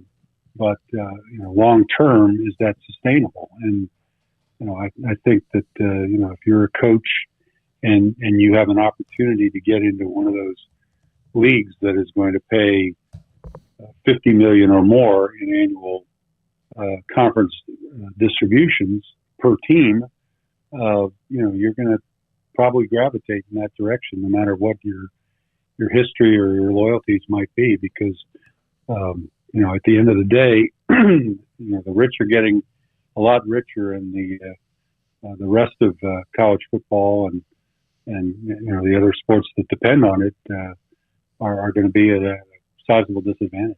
I thought that the quote or the spokesman said, Dr. Lori Gonzalez, the interim president at Louisville, she thinks there are too many unknowns at this time to speculate on the future of the ACC. And I think a lot of conferences could probably just say that and just fill in the blank of whatever conference we're talking about. Yeah, I think you're right. And, I think there's even uncertainty really with the Big Ten and the SEC, and that, are they going to add more teams? And if so, who? I mean, there's one of the stories that I saw was that, Kentucky doesn't want Louisville in the SEC, and Tennessee may have objections to certain schools, and it's an interesting mating dance. And I don't know that any individual school has veto power, but I'm sure they vote in blocks based on common interest. And if you're a coach at trying to think of a good example, but say you're at Florida, do you want Florida State in your league, or Miami, which is such a rich recruiting area? If you're we saw what happened when Texas joined or began the process of joining the SEC, and how that played at Texas A&M. I mean, it's everyone has their own individual interest, and there are going to be some things that fit more easily than others. And I can imagine there's going to be a lot of pressure being applied, and a lot of maybe reluctant partnerships being formed. What do you think of and I haven't seen so much of this as lately, but we've all been talking about these alliances and partnerships and everything. What do you think the ACC could benefit from with the Pac-12 alliance, as was kind of floating out there a few days ago?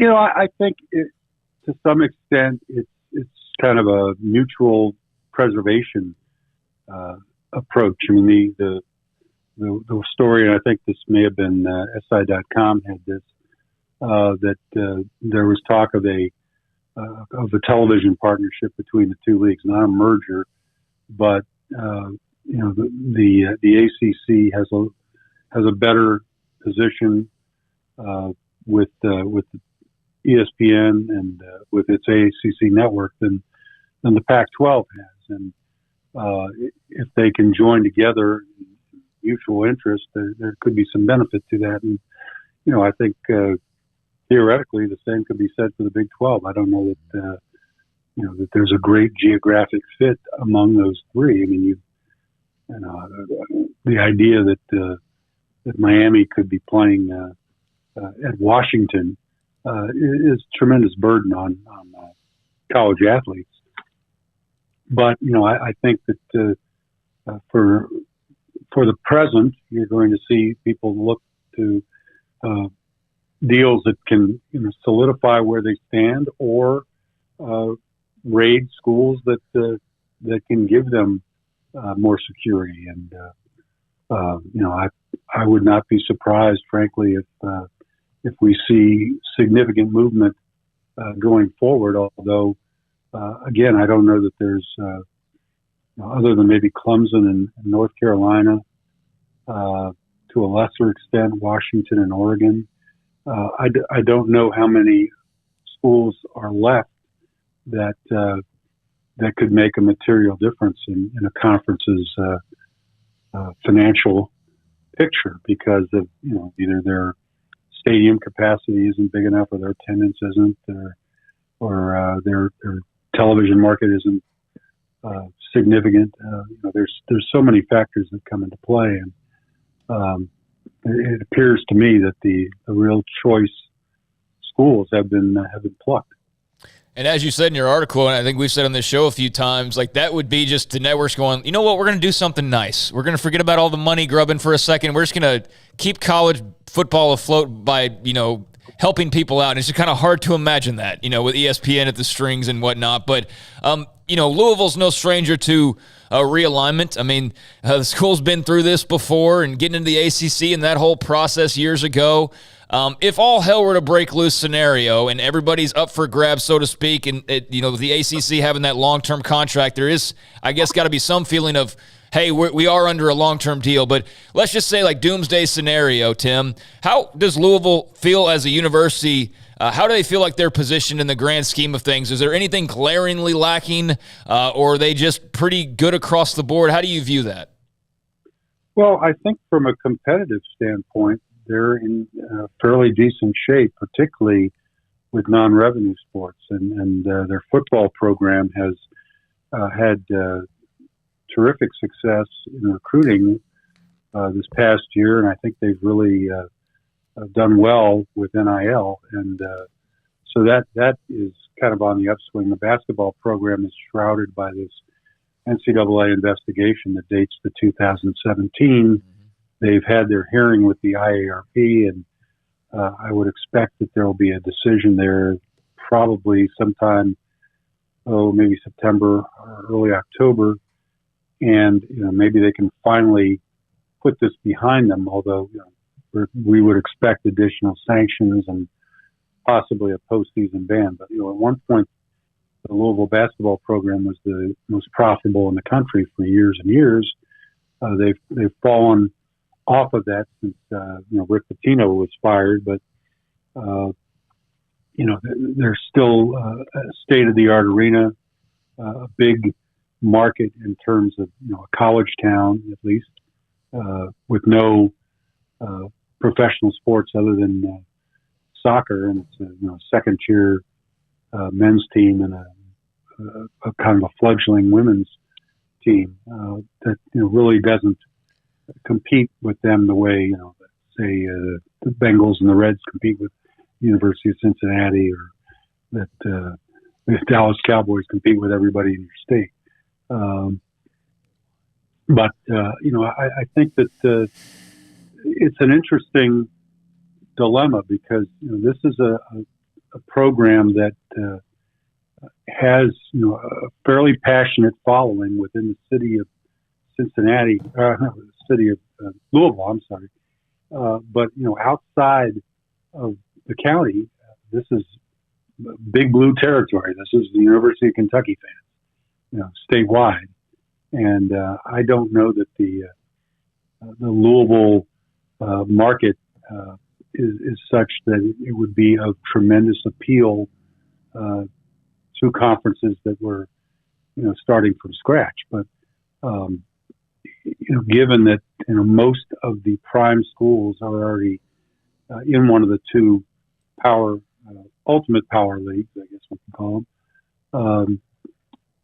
I think that there's going to be a scramble for those programs that have some success, that have a large television market, et cetera. And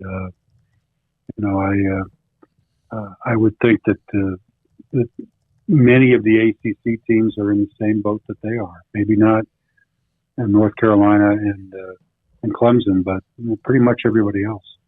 Hey, Tim, thanks for your time. We appreciate it. Tim Sullivan, Louisville Courier-Journal. The article, again, why Louisville ACC looking for ESPN to return to the bargaining table. A friend of mine that I've been able to kind of have some pretty interesting back and forth, phone calls and text messages as well.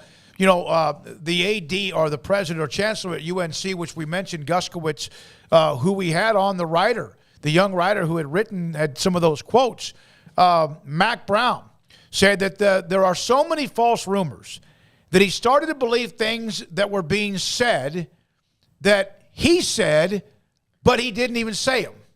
Like, it's kind of like there's so much out there, and you can disagree with whoever's opinion, a writer, a columnist, an analyst, a talk show host, or whatever. One thing that might be of interest is a little nugget when it comes to all of the money we hear about, when it comes to Fox and what they were trying to put together when it's the Big Ten and the $100+ million per team, like we hear with the SEC. Will they get to those numbers? Maybe. I would say more likely yes than no, because of all the television rights and whatever's coming up with TV contracts. But Notre Dame is still a free agent. And I think Notre Dame will always be a free agent. And so you wonder if some of the money that was being floated out by either ESPN or by Fox, about $100 million a year, might have been because they thought that would eventually, maybe sooner rather than later, include Notre Dame. And that hasn't happened yet. I still think they're going to end up with massive amount of money. But right now, money, no matter what you hear, what the numbers are out there, it's not easy right now to go spend hundreds of millions of dollars the way the economy is and the way things are right now. Yeah, I definitely don't believe everything that I read, especially on social media, whether it has to do with expansion or just eating dinner. I mean, take everything with a grain of salt unless you know the source specifically. And I think there's been some good reports, and I think there's been a lot of throwing complete crap at the wall. And I think if you throw every scenario under the sun out there, as I've seen, there's some that it's like everything is potentially possible. Well, then you're going to be right eventually, and that's part of it. It's like, see, he was right. And it's like, yeah, but he was wrong on 19 other scenarios. The last 10 years, he's been wrong on 8 or 9 predictions, and that's why you cannot. And I have someone attach me to some of the tweets and some of the reporting, and some of it is pretty damn good, but it can't be wrong once. You can't. We're now joined by Robert Allen, sideline reporter for Oklahoma State, and he joins us on Sikkim 365 Radio, 365 Sports. We might as well yesterday or the last 2 days just done our show together. We were so close, Robert. Yeah, we were bumping into each other a little bit there, but no, you guys were good neighbors. So we got our work done. Looked like you guys got your work done, and and that's the way you need it to be. That's what we're there for, getting the interviews we were able to get in the inside as well. So you said something to me, and I mentioned it on yesterday's show, but I wanted to bring you on today to discuss it as well. The calmness of where Mike Gundy is. Craig had mentioned also that he's older. He's also more locked in than ever. But you mentioned that spine of the president to the AD to the football coach at Oklahoma State is another reason why he feels probably as comfortable as he does. I think it's the primary reason because, I mean, you guys know Mike a little bit. He was at Baylor, for a while as an assistant coach. And I still look back, they have that NFL films maybe it was an ESPN 30 for 30 on the Cleveland project with that Bill Belichick staff, and Nick Saban was on it, and all the coaches that were in that group and what they all went on to do. I look at that group that was there at Baylor right after Grant Taft retired and handed the keys over to his top assistant. And I know Baylor was a little impatient with that group. But golly, if they had kept that staff together, I mean, it was loaded, and Mike was part of that. And I think he learned a lot when he was there for that brief stint at Baylor. But, I talked to Mike a lot. I covered him. I was at the NBC affiliate in Oklahoma City. I covered him when he was a high school quarterback at Midwest City. I covered him throughout his career as a college quarterback at Oklahoma State. Know his family. So I've been around him a lot. And I just know there were times we even talked about at the arch rival school at Oklahoma, David Bourne, and we know since then that Bourne made some financial decisions that have put Oklahoma in some, tough economic situations currently. But as far as it, pertained to athletics, Bourne was an excellent president. He supported athletics. He took a lot of pride in what the athletic teams, particularly football, did. He hired a sensational athletic director in Joe Castiglione that I go back to the Missouri days when Joe was there, and he's outstanding. And then when they hired Bob Stoops, there it was. That was the lineage. That was that line you talk about, or that spine you talk about, David, that Oklahoma had, and look how powerful it was. And we talked about it. God, if you ever got that thing going, the synergy that comes from having three people that are all trying to help the other get their job done and be as successful as possible. And now Mike's got that. He's got that with Casey Schrum, with Chad Weiberg as the athletic director, Schrum as the president. And if you see Mike walking like he's 6 inches off the ground, I guarantee you a lot of it has to do with that energy or synergy that comes from those three being at the top of the leadership ladder. Robert, what were your thoughts, I guess, on Oklahoma State? Let's start with them, since that's your bread and butter. I don't have a good grasp for them. I mean, I know Spencer Sanders is back, and there's a lot of talent coming back, but there's also talk about what a lot of other teams have done this offseason. Where do you kind of have them in your mind as far as coming off of that great season last year, obviously having to have some changes on the coaching staff with Derek Mason now taking over the defense and so on? What'd you learn, if anything, or have confirmed from the Pokes over Big 12 Media Days? You know what? Not so much at Big 12 Media Days.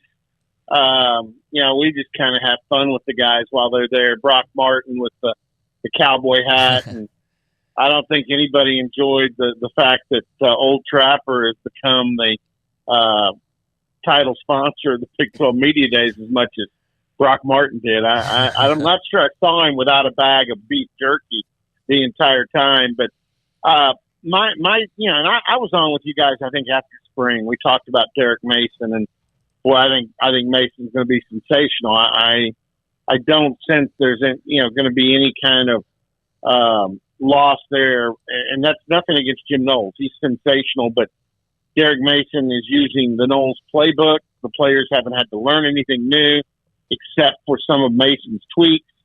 So that's been very smooth.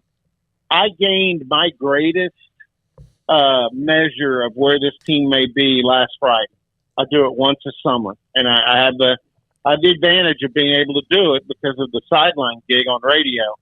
I went up, Stillwater at 5:30, actually 6 a.m. in the morning, and watch their stadium step run, which goes for about 30 to 40 minutes. And then I go in the weight room and watch the entire Friday strength workout. And then Rob Glass was, the strength coach, just recently became, I guess, the highest paid strength coach in college football. He's at $1 million. I don't think there's any other strength coaches making that. And Rob was generous, gave me 40 minutes. And we went up and down the roster. I was able to watch and glean a lot from watching the workouts. And I do it every summer, so I can measure it with past teams. I was expecting this not to be as impressive as the workout I saw last summer. It was more impressive. And I asked Rob what he thought, and he said, yeah, I was worried there'd be a letdown in leadership. I was wondering after a really good season if there would be a little bit of a, letting go of the rope a little bit, not being as intense. And it's not that way at all. In fact, and I think this is what they did at Big 12 Media Days, talking about the players. They talked about the chip they've got on their shoulder. I mean, that corner of the end zone at AT&T Stadium was mentioned a lot for your guys, a lot for OSU's guys, and I thought both teams had the right response. Baylor said, look, that was 7-8 months ago. It's over. We're moving on. We're looking ahead. Oklahoma State had the right response for them. We're not forgetting. We have unfinished business in this place. We want to come back and finish the job. So, tremendously impressed with the workout I saw. I was really concerned about the offensive line, but those guys really look good. And I'll give you a name. Tyrone Weber at New Mexico Military Institute was a junior college All-American. Led them to a national championship in JCAA last year in Little Rock, Arkansas. When he got here at midterm, he looked like, a shabby tight end. He was undersized. He didn't look like he was supposed to. And a lot of people shaking their heads. I mean, this guy's supposed to step in and help because the offensive line needed some. And in spring, you found out he's a fighter. In the scrimmages, he may not have looked good, but he played good. And now you look at him in the weight room, and Rob Glass has got him up over 300. Turns out he's Muslim, and some of the fasting things that they do within that religion, they've been able to negotiate those so that he doesn't lose weight. Now you can't do that at a military school because heck, you're not getting good meals at a military school anyway, or at least not time enough to eat them. But they've got him on the right track. His strength numbers are really good. I think he's your starting left guard this upcoming season. So that's just an example. And there are a lot of others. And the defensive line is the part of the team that it's just there's 6 or 7 defensive ends. Tyler Lacey, who was there at Big 12 Media Days, he's at 295. I think you're going to see him a lot more at the 3 technique at tackle. So that's where I'm getting a little better feel for what Oklahoma State might be, was what I saw in those stadium steps and in that weight room a week ago. They have been good consistently for a long, long time. They've had big moments, and they've had, again, the one where you had your heart ripped out. Do sometimes people forget how consistent that program has really been? Well, I forget who said it. Somebody, one of the national guys I was talking to said, I think it was the day Oklahoma State was there on Wednesday at Arlington, Mike Gundy's got to be the most underpublicized, successful, potential Hall of Fame head coach in the history of college football. And I said, well, I don't know about that, but yeah, I don't think Mike gets his due. Maybe it's because, some of the things he said in the past, and I think there's some people because of some of it, because of the mullet, because of the rant way back in 2007 after that win over Texas Tech. I'm a man, I'm 40. Yeah. I think sometimes he's viewed as more comical than serious, which is disappointing because he's a serious football coach. And I think the quote he wants to be remembered for now is "We got a logo too," because that was designed for Oklahoma State, for the Big 12, and to try and push this thing forward. And I know he spent some time with Brett Yormark, and I know they've been on the phone, and Mike's got interest in making sure this league gets what it deserves. And I'll just tell you, because I just wrote the story on Pokes Report, and I know we're sisters on the F5 platform. Yeah. But Bill Hancock gave me the best quote, and the one I'm most excited about during the media days. I asked him point blank, "You're one of the most powerful men in the sport. Yeah, you're the executive director of the college football playoff. We're looking at a situation here where it looks like the SEC, the Big Ten want to rule the world. Is there going to be a place for the Big 12 and for its schools in the future of playing for championships in this sport? Because that's your bailiwick." He said, "Robert, as long as I'm in charge, I will not let that happen." And this is a man that built up the NCAA in part by making sure Cinderella had a role in the NCAA basketball tournament. He was the executive director when it was expanded, and a lot of those teams made history, the Valpos of the world. And so he looked at me eye to eye, and I believe him. So, for all those doom and gloomers that believe the SEC and the Big Ten may rub us out, I don't think the Bill Hancocks of the world are going to let that happen.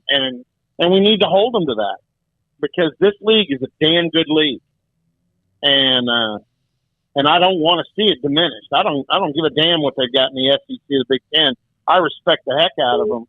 But I know what I see on Saturday, week after week in this league, and Baylor's included in that.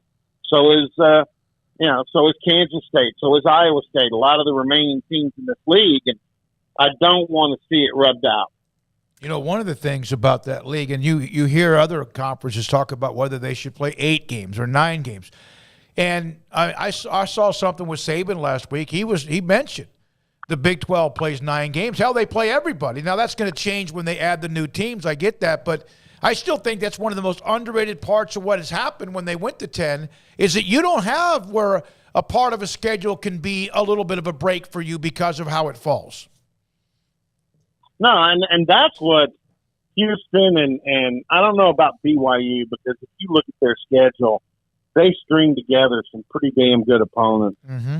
But the Central Florida, Cincinnati, and Houston, those teams, and I'm not downplaying them. I think they're good programs, and they're going to be competitive. But they're going to have an adjustment period, because when you go into this league week after week, heck, guys, I look at what's the first big showdown in conference play in the Big 12? What order they come out in right at the end of the year. So you look at that big showdown, and Oklahoma State has an open week the week before, which Mike Gundy's pretty good after open week. They have an easy non-conference schedule. I hate the fact that's the case, but Arizona State's been diminished. So Central Michigan, Arizona State, Arkansas, Pine Bluff, all at home that's not a great non-con. Baylor's got to go to BYU week 2, and then they've got to go to Iowa State the week before they play Oklahoma State.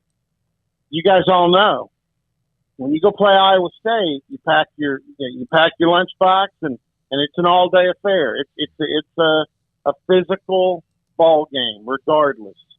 And so that is what I look at and say, okay, I'd rather have the Oklahoma State lead up to that than Baylor, but Baylor's at home, and we know Oklahoma State hasn't fared well there at McLean Stadium. So I'm looking forward to that, but that's an example of the week after week kind of challenges that Central Florida, Houston, and Cincinnati are going to have to get used to, because it isn't that way in the American. Robert, Brett Yormark obviously not officially on the job just yet, and there were a lot of things that he couldn't quite dive deep into because he's not officially on the job just yet. He's still learning a lot of things, but he did say some things that were, of note and raise your eyebrows a little bit, especially when it came to being open for business and the realignment piece and all of that. What were your thoughts after hearing Brett Yormark introduced and what he had to say? Yeah, the press conference, he was pretty played it close to the vest, but I don't know. I know you guys got him just like we did on a radio interview, and he was a lot better in the one-on-one radio type setting and was very relaxed. And I get the feeling that he talked about his management style at the Nets and at the Barclays Center. He's a guy that's as comfortable speaking to, the kings of business and politics and entertainment and sports as he is the custodial staff at the arena. So I love that about him. I think he can bring his game up and down and be an effective communicator with a wide variety of people. But the thing that impressed me most is I think the guy is very powerful. I think he speaks powerfully. I think he has powerful thoughts. And while he didn't get to announce anything of great importance or measure, and I know he wanted to, he had even told, I think, the board of directors that he was going to be working hard to try and bring some news to Arlington that would wow people. So he understands that, but he also didn't manufacture anything. And sometimes when you do that, that's worse. But I think he's going to be very effective. And I've heard the rumors. I heard you guys before I came on talking about that dang the reporting on realignment is every time we go through this, it gets worse. The stupid reporting. And I think some of that's just the modern, journalism is really hit some all-time lows in the last several years. Sports journalism, political, it doesn't matter, whatever. But I think this guy's working hard, and I think we're going to hear something pretty soon. Now, I think we're going to stall. I don't think anything's really going to happen. But I think where you might hear some big news from him, I think he's going to go out and get the Big 12 some sponsorships. I think you better get ready to see some patches on jerseys. But they're going to be patches that symbolize money coming into the coffers for the Big 12 and for its schools. So, yeah, I think this guy's going to go out and start doing his job, and I think he's going to do it quick. Robert, last question for you. There's all those teams coming through, and everybody obviously coming off of an off season is thinking they're going to be better, for the most part than they were last year. And I think the Big 12 is really interesting this year with a lot of changes made across the board. But who are you after these last couple of days maybe buying more stock into they're going to be better, and who are you calling BS, this is just foo-foo preseason positivity and they're not going to be as good as expected? I'm buying into the two schools in Kansas. Okay. Obviously different levels. I think that Chris Kleiman's got a real deal football team, and I think we all better start paying attention where and when the schools we cover play K-State. I think K-State's going to be a factor. Not just because they got 6 guys voted on the media all-conference team, but now it all depends on one guy, though. Adrian Martinez. Yep. Tremendous athlete, but is he going to be able to – but he's going to get a better supporting cast than what he had at Nebraska. Is he going to be able to take advantage of it? And is he going to cut his mistakes down? And by the way, we get that all the time with Spencer Sanders. What about Spencer Sanders? He's so inconsistent. Let me tell you what. You're really inconsistent when you have a backup center playing Ika against Baylor and you don't have your number one running back. Man, I've gone back and looked at the tape. Man, Baylor defensively took advantage of and they should, of all the opportunities in that game. And that's why they won the game. But K-State, to finish that thought, and then I think Lance Leipold. I don't know how many games it's going to equate to. I think they may win 3, maybe even 4. And if they do that, he's a candidate for Coach of the Year because, that thing was coming from the bottom. But I think he's got things going there.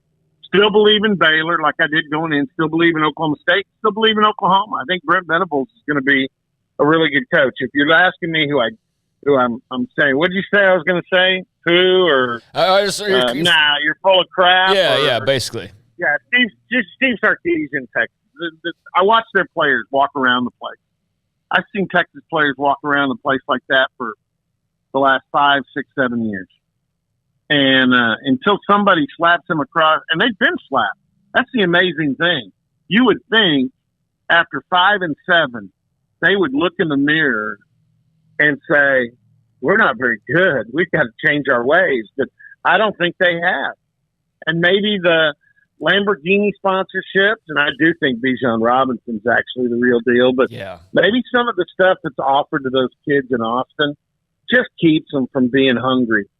But I see Baylor players, even after winning the conference championship, Dylan Doyle struck me as hungry. Okay? I know Spencer Sanders, Brock Martin, Lacey, those kids are hungry. K-State kids struck me as wanting to prove something, but Texas acts like, the red carpet or the burnt orange carpet's rolled out for them, and they don't have a care in the world. And Steve Sarkisian's got to find a way to stop it. Robert, it's always great to hear from you, man. It was great to see you the last couple of days, and look forward to seeing you on a sideline here pretty soon. All right, we'll see you guys, if not sooner, in Waco. Yes, sir. Robert Allen, sideline reporter for Oklahoma State, with his insight, his opinions, and we appreciate that as well, and his thoughts about the Big 12. The phone call that's been trying to come in, we're running about 10 minutes behind schedule. It's not Robert's fault or our guest's fault. We squeezed an extra guest in, and we will hear from Paul Bloss. He's trying to call us from Scotland. And so he's going to call us in about 3 or 4 minutes, so let's take a break here. His thoughts about St. Andrews, the Open Championship. The defending champion is Colin Morikawa. He's out. Craig Smoak, you're in second place or third at 16 under with your team. Paul Catalina, who wasn't even here when we picked the teams because he relied on Rob Bolton, is 34 under par.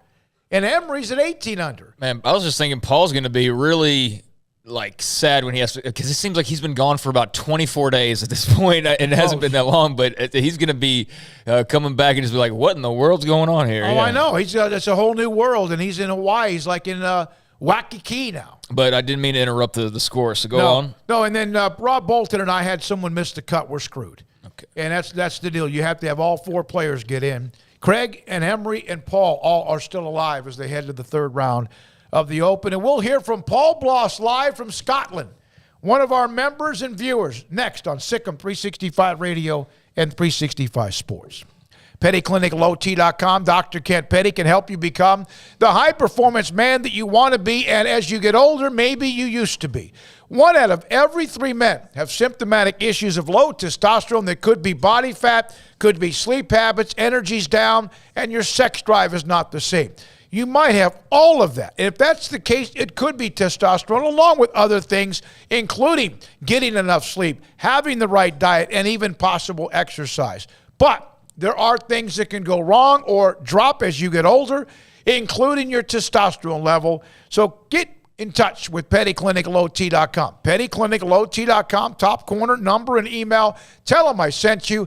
They will set up an appointment for you to get your blood work. Dr. Petty will look at the results, and if your testosterone levels are too low, he can put you in a program to increase them so you can become the high-performance man you want to be, used to be, and need to be at PettyClinicLowT.com. I hate my job, but I don't mind getting up in the morning. I dread each day, but I can't wait to get out of bed. You ask me why, and what I'll say to you is true. Well, you can get breakfast tacos at Rudy's Barbecue. Scrambled eggs and brisket, they ain't fooling around. Salsa drap, son, they're the best in town. Barbecue for breakfast, yes, it's true. Put a smile on your morning at Rudy's Barbecue. Next in line. Baylor Scott and White, Southwest Sports Medicine and Orthopedics. The team physicians for Baylor Athletics, diagnosing and treating all sports-related injuries, including concussions. These specialists also provide orthopedic services for athletes and non-athletes alike, whether it's knee or shoulder pain, hand or wrist injury, orthopedic spine care, and even an arthritis and total joint clinic. Trust the doctors Baylor Athletics trusts. Baylor Scott and White, Southwest Sports Medicine and Orthopedics wants to get you back in the game.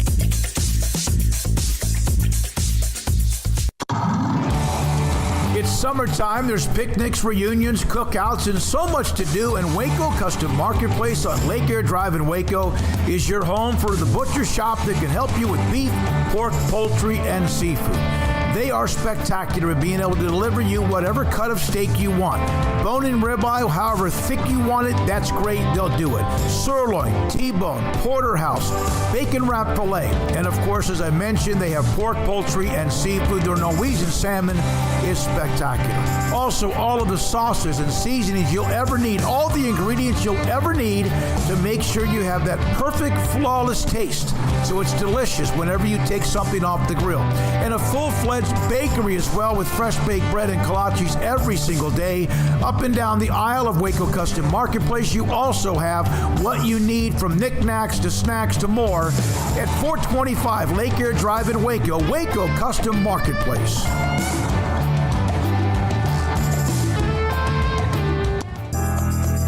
Riverbend Liquor and Wine, Lakeshore Drive, North 19th Street, right behind the bank, is a hidden gem in Waco. If you're a fan of bourbon, especially local Texas bourbons, that's where you gotta go. Balcones, TX, Devil's River, whatever it is, they've got it. Riverbend Liquor and Wine, plus the best selection of craft beers in Waco, seasonally churned out throughout the year. Whether it's spring, summer, fall, or winter, Riverbend Liquor and Wine, best selection of craft beers, a speedy drive-through window, and excellent customer service. Find out more on Instagram or just go by and see them. Lakeshore Drive at North 19th Street, behind the bank. With so many companies and policies out there, it gets so confusing shopping for insurance, and I never know if I'm getting the policy that's right for me. Luckily, I met the team at the Niche Group Insurance Agency. With the Niche Group, you can go to one company and get access to coverage options from many insurance carriers, and you get to speak to a real person about your specific coverage needs. With the Niche Group, I know I'm getting the right coverage at the right price. If you need insurance, talk to the experts at the Niche Group at 1-800-258-8302. Welcome back to Sikkim 365 Radio. Are you a Sikkim 365 super fan? Then try out our premium subscriptions at Sikkim365.com. The Open Championship is into the weekend. The cut was right there near that even mark. There's a lot of history today, a lot of memories today, a lot of emotion today. Cut line, by the way, is won over, and those who didn't make it include the defending champion Colin Morikawa, among others. Phil and Tiger had miserable 2 days at St. Andrews. Paul Bloss, Sikkim365.com premium member and also a viewer of our show, joins us live from St. Andrews, or Scotland. And Paul, thank you for your time. Is this the first time you've been there? This is the first time I've been to the British Open, yeah. I have to say, it was on a bucket list for me of items. I've always wanted to go since I was a kid. I mean, I remember watching it in the old days, on Wide World of Sports when it was a tape delay and it was in that grainy black and white. And so I've always wanted to go. And it's just a real joy to be here. It's kind of like going to an NCAA basketball tournament, because the folks here are from all around the world, and they're just fans of golf.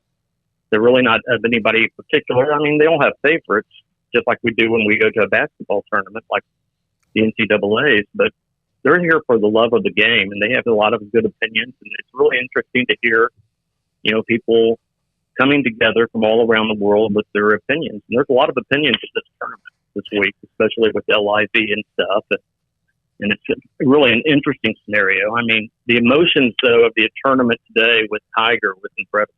I mean, I thought there was a chance that this might happen, that you were going to see this kind of a grand play out, because he's not playing well. You don't know if he can play well in the future because of all the injuries and everything. And to see Tiger really break down and cry, I mean, I don't think there was really a dry eye in the stands around me. And after that, that's all anybody talked about. But all during the day, when he would go to different holes, I followed him for maybe 4 or 5 holes. The standing ovations, the applause and everything. And, but Tiger, in my opinion, I mean, as you know, David, I sent you the pictures of Tiger at the PGA coming off that Saturday round when it's the very first hole. He was in absolute misery. I mean, the pictures show it. That was not the same. But Tiger's walk was much different, even this game today, than it was at the PGA. A very straight, it's almost like a crab-like walk in a way. So you know that he's in pain. And, I know that Sports Illustrated, I was reading their review a few minutes ago. They were talking about the first part of the day was very cold. Well, that's not really that true. I mean, it was a little damp, but it wasn't that chilly. It was in the high 50s. And then the afternoon was warm. And so if you had a cloud come over, it would knock it down a bit. But it really wasn't that much. But what an emotional day. And it's really, in my opinion, to me, it was a tale of two golfers and what Phil and Tiger, it's crucial to crossroads. You had Phil out there, and let me tell you, the response for Phil was not very responsive. When he would do his thumbs up, he was getting some signals back from the fans too, and it wasn't a thumb up, it was a middle finger up. And there were a lot of people, basically ridiculing Phil, which I don't think really fair either. I mean, if somebody's going to throw that type of money at you, I think anybody would probably be thinking about it. But I think it was tough for Phil too. I mean, here you have Phil there, you have Tiger, his biggest adversary, getting this unbelievable emotional response. And Phil was also getting an emotional response, but it's not the one that Phil Mickelson's used to. So, but the game itself, go ahead. No, you're right. You made the comments, the emotions about Phil and Tiger as well. Where were you when Tiger walked up 18? I was on the grandstand that would be closest to the North Sea. So that would have been on the east side. I had meandered down there thinking, well, I'd like to see his stroll because you knew he wasn't going to make the cut. And you saw it, when he started wiping his eyes. Now, my eyes aren't good enough to really see all of that. But as soon as he started wiping his eyes, people started, visibly in the crowd getting very emotional. And, I have to say I did too. I mean, I've always been a big Phil fan, and I like Tiger an awful lot. But, just realizing what he's been through and what he's meant to the game. And it just harkened back memories to when you saw Jack make that same, Jack Nicklaus make that same walk. And I remember when he crossed the bridge the last time when he was playing, and Arnold Palmer too. Yep. I mean, it just goes right back to it. And so you have three greats of the game, at least in my age group, and yours, since you're in the same age group as I am, that we've seen. And it's really something. The other thing I would say about the Open, I've always heard from people that have come that it's like no other tournament. And I kind of didn't really realize how that could be. And I will say that it is quite unlike any other tournament. The excitement with it, the worldwide audience with it, and the fans that are there. And I will say that, St. Andrews is in a rural area. You have very narrow roads getting there. And so when I pulled in, I sent you the picture of it. That's right behind me. A guy's driving a Ferrari on these roads that, you could tear out the undercarriage of a Ferrari. And then they have a giant heliport set up. The helicopters never stopped landing and taking off all day. It was incredible just in the operations they're running there and everything. But then the tournament itself is a fantastic tournament right now. You just look, Cameron Smith is leading, and you have people, because the weather is going to be great for the tournament. There's no rain in the forecast, and the wind's not going to be that strong. You have some of those players that could shoot a 63 real easy. And so you've got a great number of people that have great skills that could actually come up from the back and win this tournament. There's some great players. You got Scheffler, you got Rory McIlroy, Dustin Johnson. They're just some great people. You got Spieth out there. All these guys have shot 63s in an important tournament. And they could actually do it, and they could win this tournament. And so I think you're going to see a fantastic finish. And by the way, who did Rob Bolton pick to win this tournament?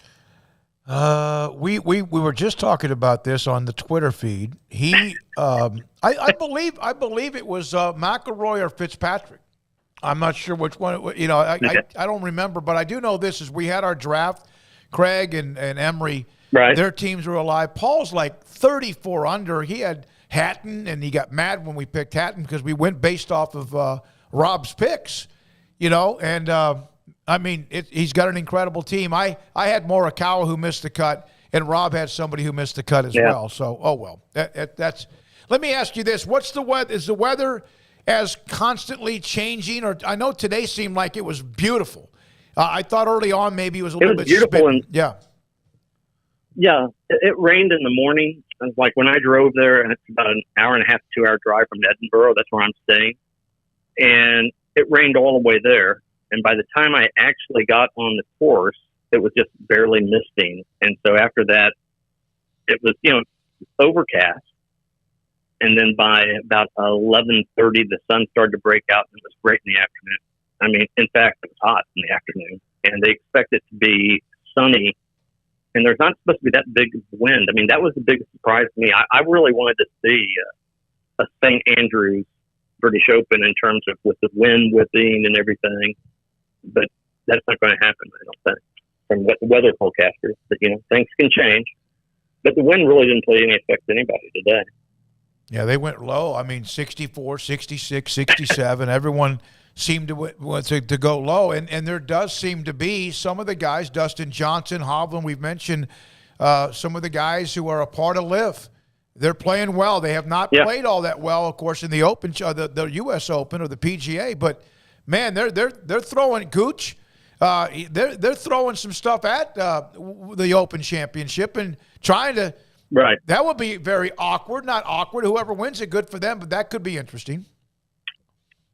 Well, I think that, though, one of the things that you have to realize on the LIV people, especially the Europeans, they have always played well at the Open. I mean, sure. Westwood. Poulter. Those guys know how to play here. Yeah, Poulter. Those guys know how to play. But I was surprised by Taylor Gooch. I wasn't surprised that Dustin Johnson would come up there. But we'll see how it all plans out. I mean, the RNA has been very, at least vocal here locally about what they're not going to do with these guys. They are not going to allow them to get the points because they're not a 54. They're a 54-hole group. They're not like the rest of the tournaments around the world. And it's the fact that they don't have a cut. They say that changes the dynamics of the game. And I think that has to be true. And he says, and also the people, the head of the RNA says, hey, and they're guaranteed money. So they don't even really have to do what the regular golfer has to do. And I understand all of that. And I think the sentiment, at least from the people you see here, and I'm sure that I don't speak for everybody, but from all the restaurants, because basically we've been eating outdoor dining in Edinburgh, and all anybody talks about is golf, because all of us seem to be here for the golf tournament. And the sentiment is, hey, we're all for them getting money, but they need to be the same type of deal as everybody else. There has to be a cut line. That's what makes it good. And that's what makes the dynamics different. And you can't give them the same type of rankings as everybody else. And that's just, so they shouldn't be eligible maybe for any of the other tournaments. The RNA will allow the past champions to continue to play. They're not changing that. But they're not going to allow the other people to play if they don't have the points. All right, Paul. So, it's just been an exciting time.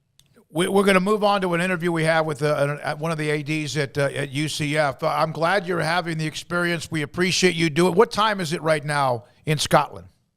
It's, let me see, I think it is 11:29. Okay, so it's not bad.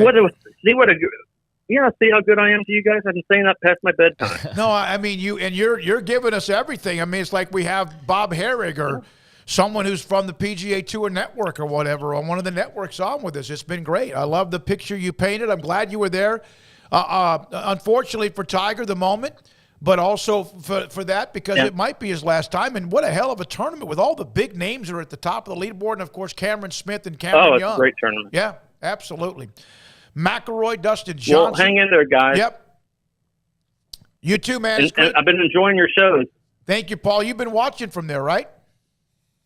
Yeah, I have been. I'm back at the hotel, so I get to see you guys. You're doing a great job. I love the coverage on the Big 12. Thank you very much, man. Thanks, appreciate that. Good to have you. Take Great. care. Talk with you later. That's extra effort. Paul Bloss, he's a member of SicEm365.com and also a viewer of what we do every day. Live from Scotland just before midnight to give us his perspective of being at the tournament. And I was going to tell Paul there at the end, but we kind of went our separate ways. But no disrespect, me not asking a question. That's not my world. I mean, if we had a pro wrestling guest on, I don't think you would be asking anything or, hip hop artist or something like that, Nirvana expert. So, yeah, that's your wheelhouse. And I just sit back and I learn a lot. And it was cool to hear his take on I actually have some Scottish in me, in my background. So it's a place I would love to go and visit one day, but cool to see cool to hear his, thoughts and takes. And that was definitely a memorable moment today with Tiger Woods, even if it wasn't memorable for all the best reasons necessarily. It wasn't some triumph per se, but certainly a very cool and, goosebumps type of moment for Tiger Woods and golf fans out there. The ultimate focus of a golfer and athlete with Tiger, and yet he has really shown, and a lot of it because he's been humbled, a lot of it because he's been brought to his knees in many ways, personally, professionally, physically, but the moments of him walking up 18. Can we show 10 seconds of that, Garrett, for the start of the show or early in the show, just in case? I'll just let it run. All right, and then all the way, and he'd already crossed the bridge. I have a picture of Nicklaus at the bridge there, autographed by Jack Nicklaus from a friend of mine, Joe Elliott, that had gotten that for me. I know we're mainly a collegiate athletics, college football, and we do delve into high school football and NFL, et cetera, but the stories of the day, and that's one of them. And Mickelson, I didn't get to watch much of it because it comes on so early. That's courtesy of the USA Network, by the way. And Mickelson struggled. He birdied 18 to finish at 5 over par. Jack Huffman, you're a scratch golfer. Someone asked me what my handicap right now on Gin, it is, or Jen, it's 5.9, but I'm a 4.6. Most of the time, I have not been that sharp as I usually are. Paxton, I'm a 2 handicap. Jack Huffman's a scratch golfer, which means his handicap is 0. Sounds like we should get a group of those guys together, a group of guys and gals, and throw them out there. That'd be pretty good round. From Sir Boblo. I do this, Sir Bob Be careful. Blows. Yeah, I could be careful. Because you're the type that will read off the name, trying to read it, not realizing where the name's going. His handicap is run for your life. Okay. Yeah. All right. Thank you, sir. You know what I'm saying here, I Garrett. know. I could easily just read something just filthy right off of somebody's handle. My handicap is abandoning golf for Lent in 1980. Roger, golf handicap +4. Yeah, that's right. There's a way to put it. But and I'm going to hopefully be able a chance to play a little bit tomorrow morning. All right, Garrett Ross, great stuff. When we come back, yesterday, and we mentioned this, the 2 days we were there, Wednesday, Thursday at Big 12 Media Days in Arlington, we saw representatives, a nice chunk from Brigham Young, Brett Pine, who has been incredible with us, getting interviews with Kalani Sitake and Tom Holmoe. We also saw UCF with their contingent that was there. I don't know. I did not see anything. That doesn't mean that they didn't care, but I did not see anybody that was there representing Houston, and I don't know about Cincinnati. I did not see I saw 2 BYU reps, and their names escape me at the moment. It's been a long week. Apologies. But definitely our guys now down at UCF, that whole contingent, is great to meet those guys. And look forward to seeing them again. And they got a lot of great comments on their Hawaiian shirts. I noticed them too. Yeah, they're nice white and gold Hawaiian shirts. Nice. And I saw, they were really cool and had the one of the UCF logos. And I saw some of their fans asking where they got those. And I guess they were custom made, actually. They actually custom made those, but they made an impression. So UCF might want to go swing a deal with like Quicksilver or Red Sand or wherever they got those and come up with something. Because I think they'd have some fans that would want to buy them. But saw those guys, obviously. And then with Houston, Joseph Duarte was down there, I believe, as far as a reporter goes for the Cougars, but did not see any U of H personnel. I didn't. And then definitely didn't see any Cincy. I didn't even see a Cincy reporter. But that, it's not a big deal necessarily. But, I don't think there was anybody there. If there was, then you just missed them, I guess. We will come back with Jimmy Skiles. He's a part of the University of Central Florida, UCF athletic department. He will give us kind of where they are. They are thrilled. Cincinnati, yes. Houston, excited. Obviously, Brigham Young. But they were there in force yesterday, and those, I may have to just beg for one of those shirts. I'm not going to be that guy, but well, those are some nice-looking button-down shirts. But our conversation with the senior executive associate athletic director in Jimmy Skiles from UCF, who was on campus yesterday and the day before. And where is UCF? And what are they thinking? How excited are they? All of that next. Sikkim 365 Radio and 365 Sports. Had a conversation today with my buddy, and he is a great friend of mine, and Brian Bauer, owner of Waco Custom Marketplace at 425 Lake Air Drive in Waco. I'm going by there tomorrow to pick up some new bone-in ribeyes, 1.25 to 1.5 inches thick. And they cut them custom make exactly the way I want my bone-in ribeyes, exactly the way I want the bacon wrap fillets, which are truly this thick. So they have a full-fledged butcher shop, seafood, pork, poultry, and beef. Go by there and pick up what you ordered. Or you can go in there and look at what they have in the counter, and they have a frozen section. For example, bacon wrap, my quail, which is so good, with jalapeno pepper in it. And they have Norwegian salmon that's just absolutely delicious. They have a bakery, full-fledged bakery and butcher shop, bakery, fresh baked bread, and also kolaches every day. Here are a couple of things they have today and tomorrow. Select bone-in ribeye steak, choice bone-in ribeye steak, $9.50 or $10.99 a pound. Chicken wings, and these are plump, $3.99 a pound. And also a pound of frozen ground chili, $3.25 a pound. Regular snack sticks, $5.50 a pound. And pork steak at $1.99 a pound. That's always a great go-to with maybe au gratin potatoes or something. And country-style ribs at $1.99 a pound. Right now, today and tomorrow, Waco Custom Marketplace, 425 Lake Air Drive in Waco. Three Nations Brewing Company has 16 different beers on draft with a new beer every Friday. It also offers 2 air-conditioned tap rooms, a large indoor beer hall, a second-floor mezzanine offering a great overview of the brewing company and equipment and patio where you can relax under the shade. Plus, you can now experience the new Three Nations Beer Garden Grill on our shaded patio. Grab a cold beer and enjoy a bite from our freshly prepared and delicious menu. Street tacos, quesadillas, freshly cooked burgers and dogs, and veggie burgers too. State Fair tornado fries, nachos, and so much more, all prepared and cooked on site. So come visit the award-winning Three Nations Brewing Company on East Vandergrift off I-35 in Carrollton.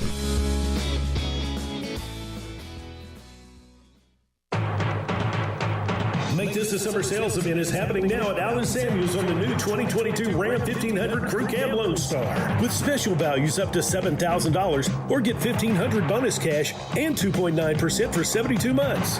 Ram trucks are designed to be durable, functional, and stylish. This legendary award-winning truck gives you that first-class feel. Allen Samuels in Waco, the place to shop for Ram trucks. First responders get $500 extra cash. Come by. Let's be friends. At Ideal MRI, we feel blessed to be part of the Waco community. We're a small family business here in Central Texas. At times like this, the cost of healthcare has never been more important. And unfortunately, significant illnesses and injuries still occur. And that's why Ideal MRI is open and here to serve you through this difficult time. So if you need an MRI, ask your doctor about Ideal MRI. You can schedule online in minutes at idealmri.com or call 833-IDEAL-MRI. Did you know that 1 out of every 4 men have symptomatic low levels of testosterone and don't even know it? And if you think you're too young to worry about it, guess again. Low T levels can make you feel tired and grumpy, cause weight gain, and wreak havoc on your sexual desire and performance. Petty Clinic Low T can set up same-day blood screening and results, so if you're tired of being tired, I challenge you to man up and Google search Low T Waco or go online, pettycliniclowt.com. It's a private clinic with an atmosphere catering to men. Affordable, only $150 a month, includes lab work, office consultation, testosterone injections, follow-up visits compared to $395 a month in Dallas or Austin, and you don't have to fight the traffic. Petty Clinic Low T is board-certified physician consultations, will provide the best form of brand-strength testosterone available. Contact Petty Clinic Low T today, just off Highway 84 and Old Hewitt Drive in Woodway. Petty Clinic Low T, helping men become the high-performance men they deserve to be. PettyClinicLowT.com or Google search Low T Waco. Let Camille Johnson Realtors guide you seamlessly through the process of buying your dream home or selling your current one. Commercial, farm and ranch, or residential, Camille Johnson Realtors can smoothly and successfully lead you through any transaction. With a team of 28 experienced agents who are excited about serving you, Camille Johnson Realtors services the entire greater Waco area. If you're in the market to buy or sell, contact Camille Johnson Realtors, 104 Midway Center in Woodway, or find them online at www.camillejohnson.com. Camille Johnson Realtors, elegant, charming, warm. Welcome home. Baylor Scott and White Southwest Sports Medicine and Orthopedics, the team physicians for Baylor Athletics, diagnosing and treating all sports-related injuries, including concussions. These specialists also provide orthopedic services for athletes and non-athletes alike, whether it's knee or shoulder pain, hand or wrist injuries, orthopedic spine care, and even an arthritis and total joint clinic. Trust the doctors Baylor Athletics trusts. Baylor Scott and White Southwest Sports Medicine and Orthopedics wants to get you back in the game. With so many companies and policies out there, it gets so confusing shopping for insurance, and I never know if I'm getting the policy that's right for me. Luckily, I met the team at the Niche Group Insurance Agency. With the Niche Group, you can go to one company and get access to coverage options from many insurance carriers, and you get to speak to a real person about your specific coverage needs. With the Niche Group, I know I'm getting the right coverage at the right price. If you need insurance, talk to the experts at the Niche Group at 1-800-258-8302. Welcome back to Sikkim 365 Radio. Have you subscribed to our YouTube channel? Search 365 Sports on YouTube. Somebody in the chat room with a really neat comment about how they feel the togetherness of the 8 teams that are and again, Texas and OU are still a part of the Big 12. This is not a slight against them. Not that I even have to clarify that, but the 8 teams that are going to remain and the 4 incoming teams and how tight it seems to be.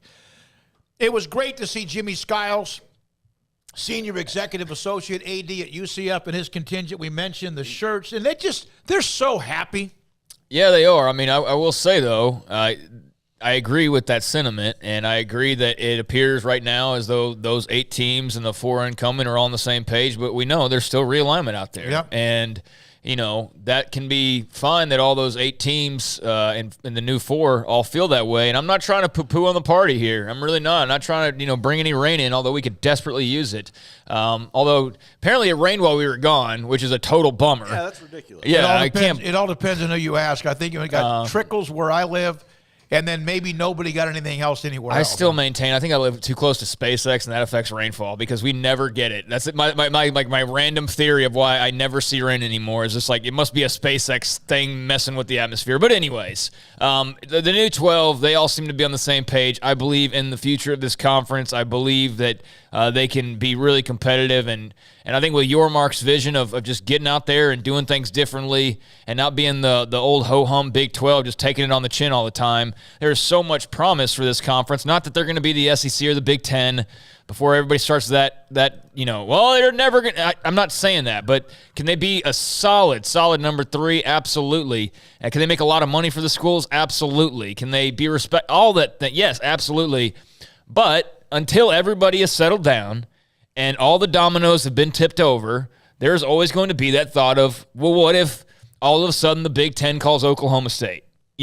Or what if all of a sudden the SEC calls Kansas? What happens if – and so I agree with you entirely, but 98% I'm on board, you know what I mean? And there's like that 2% of – once that 2% goes away, then, yeah, it'll be amazing to just be able to let that sink in. But until then, there's still just enough out there that you just don't know. But, yes, on paper right now, it looks great.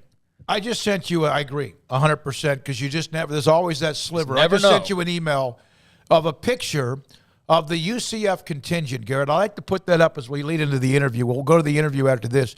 Jimmy Skiles, who we're about to talk to, Justin Wilson, Alex Cesarano are a part of this picture, and then also Eric DeSalvo. These are the 4 of them. You got it?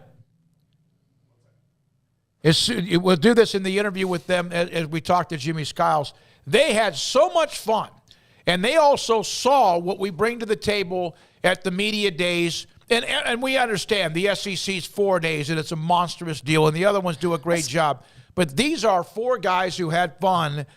And we mentioned the story about $42.6 million in distribution for the Big 12. Bob Bowlesby mentioned that. Those in the American Athletic Conference got like $6 or $7 million last year. Wow.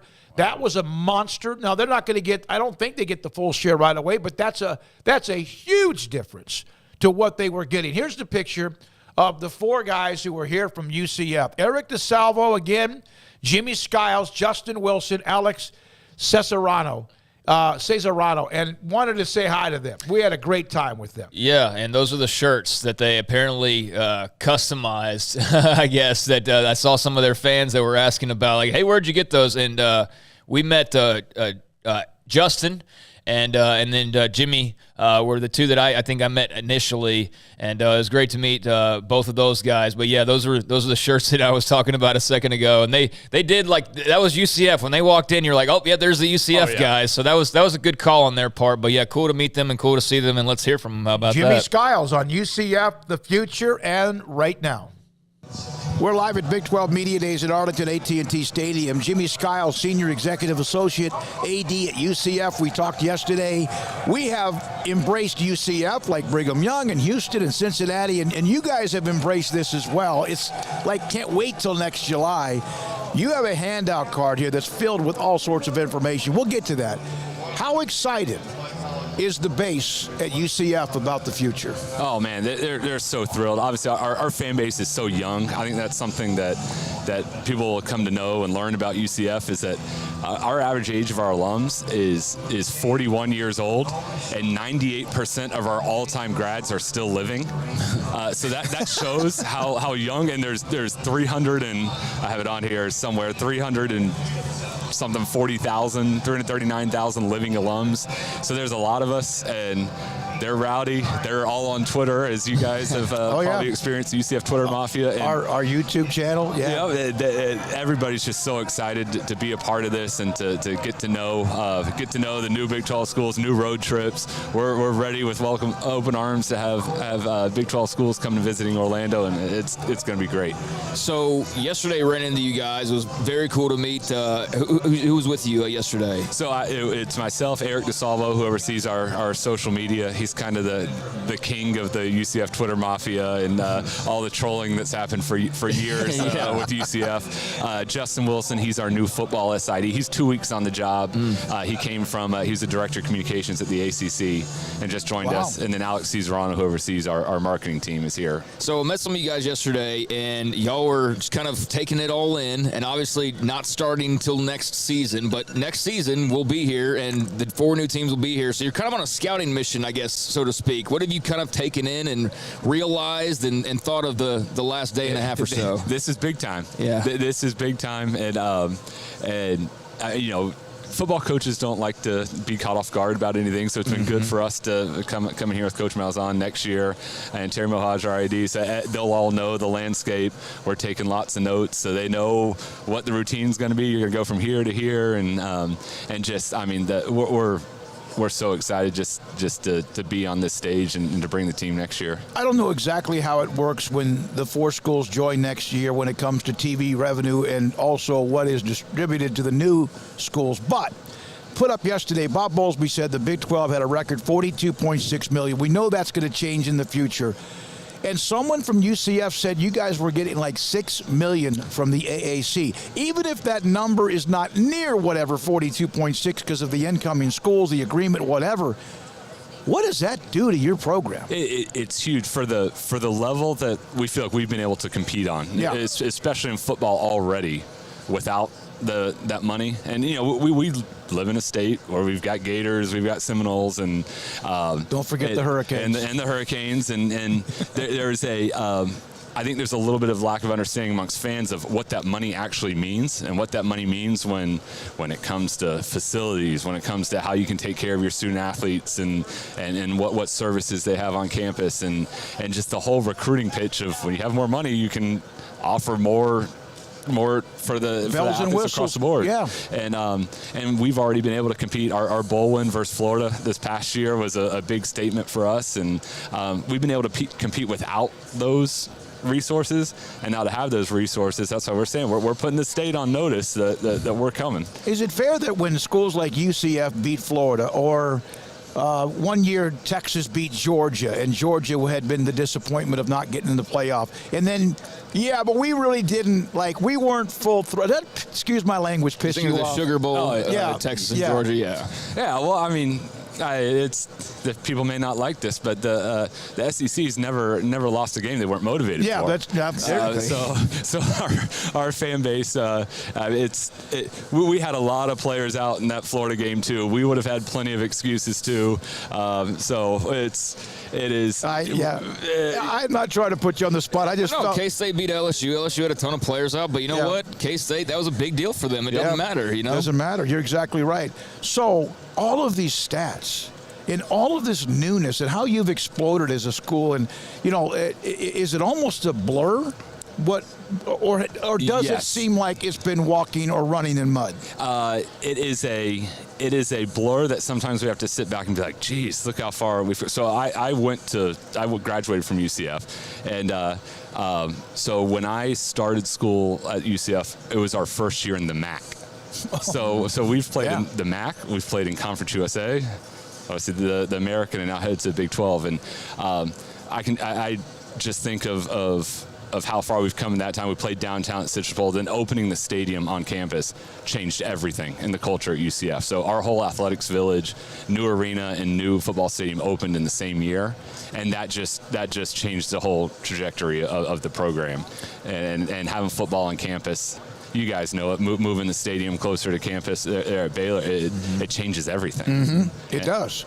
Because we went, what was it, the North Carolina game when Baylor played North Carolina in Orlando, and it was at the Russell other Athletic Bowl. Yeah, and now it's right there in your, it's in your neighborhood. It's right there in your yard, your acreage. It's great. Yeah, and it gives people a reason to come back to campus.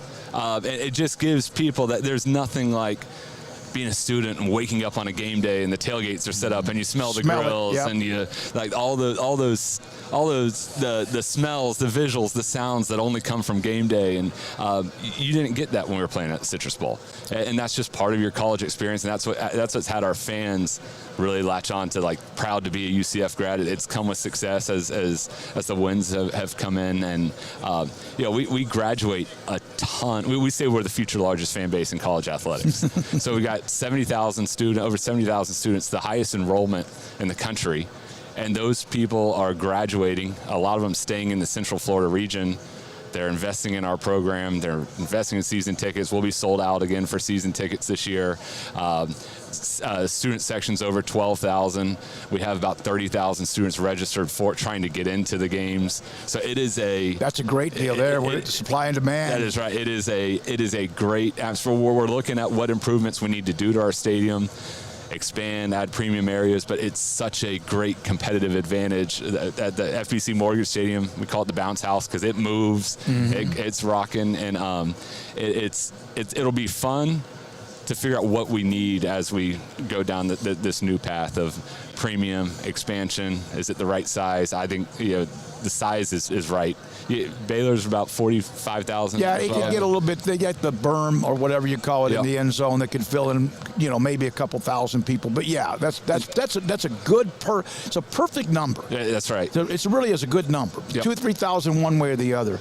Any nervous energy because of UCLA and USC and what that did and how that could change the landscape? And here you've been waiting for this time, and then all of a sudden there's this kind of like you don't know. Yeah, a little bit, but it's also a relief that we got in when we did. Yeah. I just was talking to Commissioner Bowlesby and just shaking his hand. Thank you that weren't, because there's a lot of deserving schools that the Memphises, maybe the SMUs, looking on the outside, like, if we would have just been included in this last round.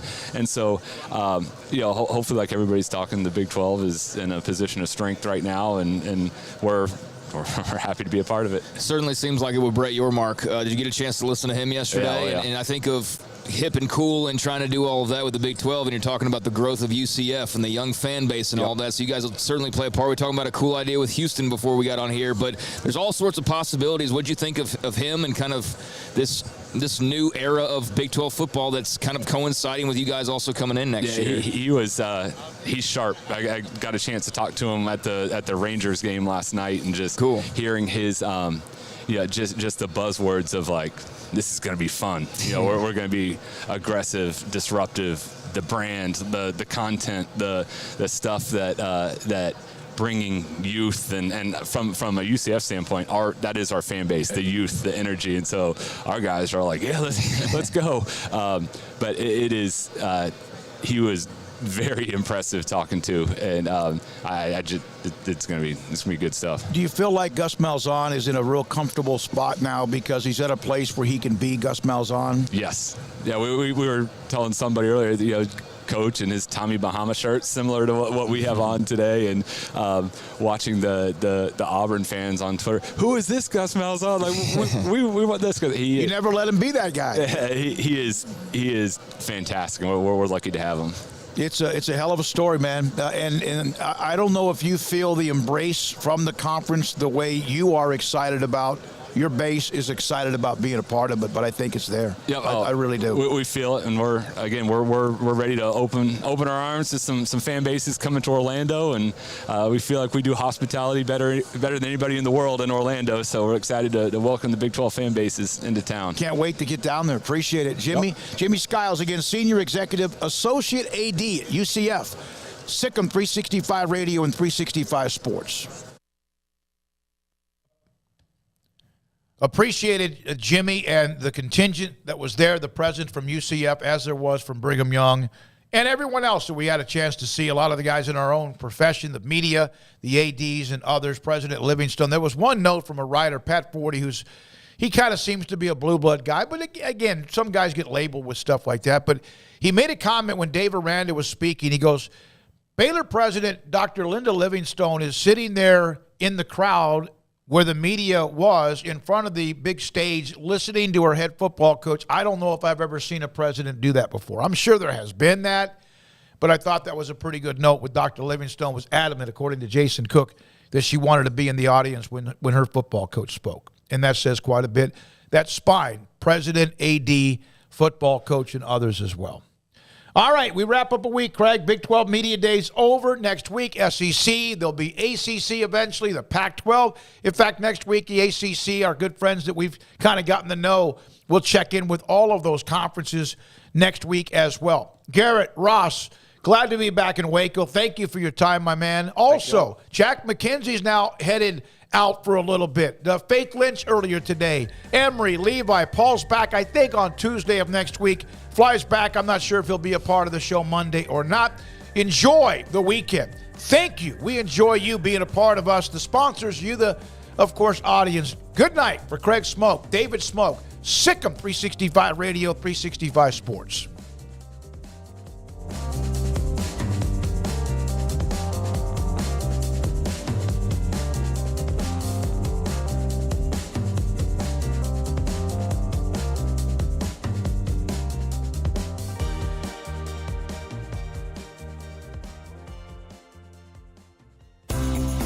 Ideal MRI is a small family business right here in Central Texas.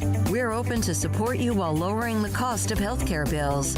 When you need an MRI, ask your doctor for an Ideal MRI. Visit us at idealmri.com or call us at 833-IDEAL-MRI.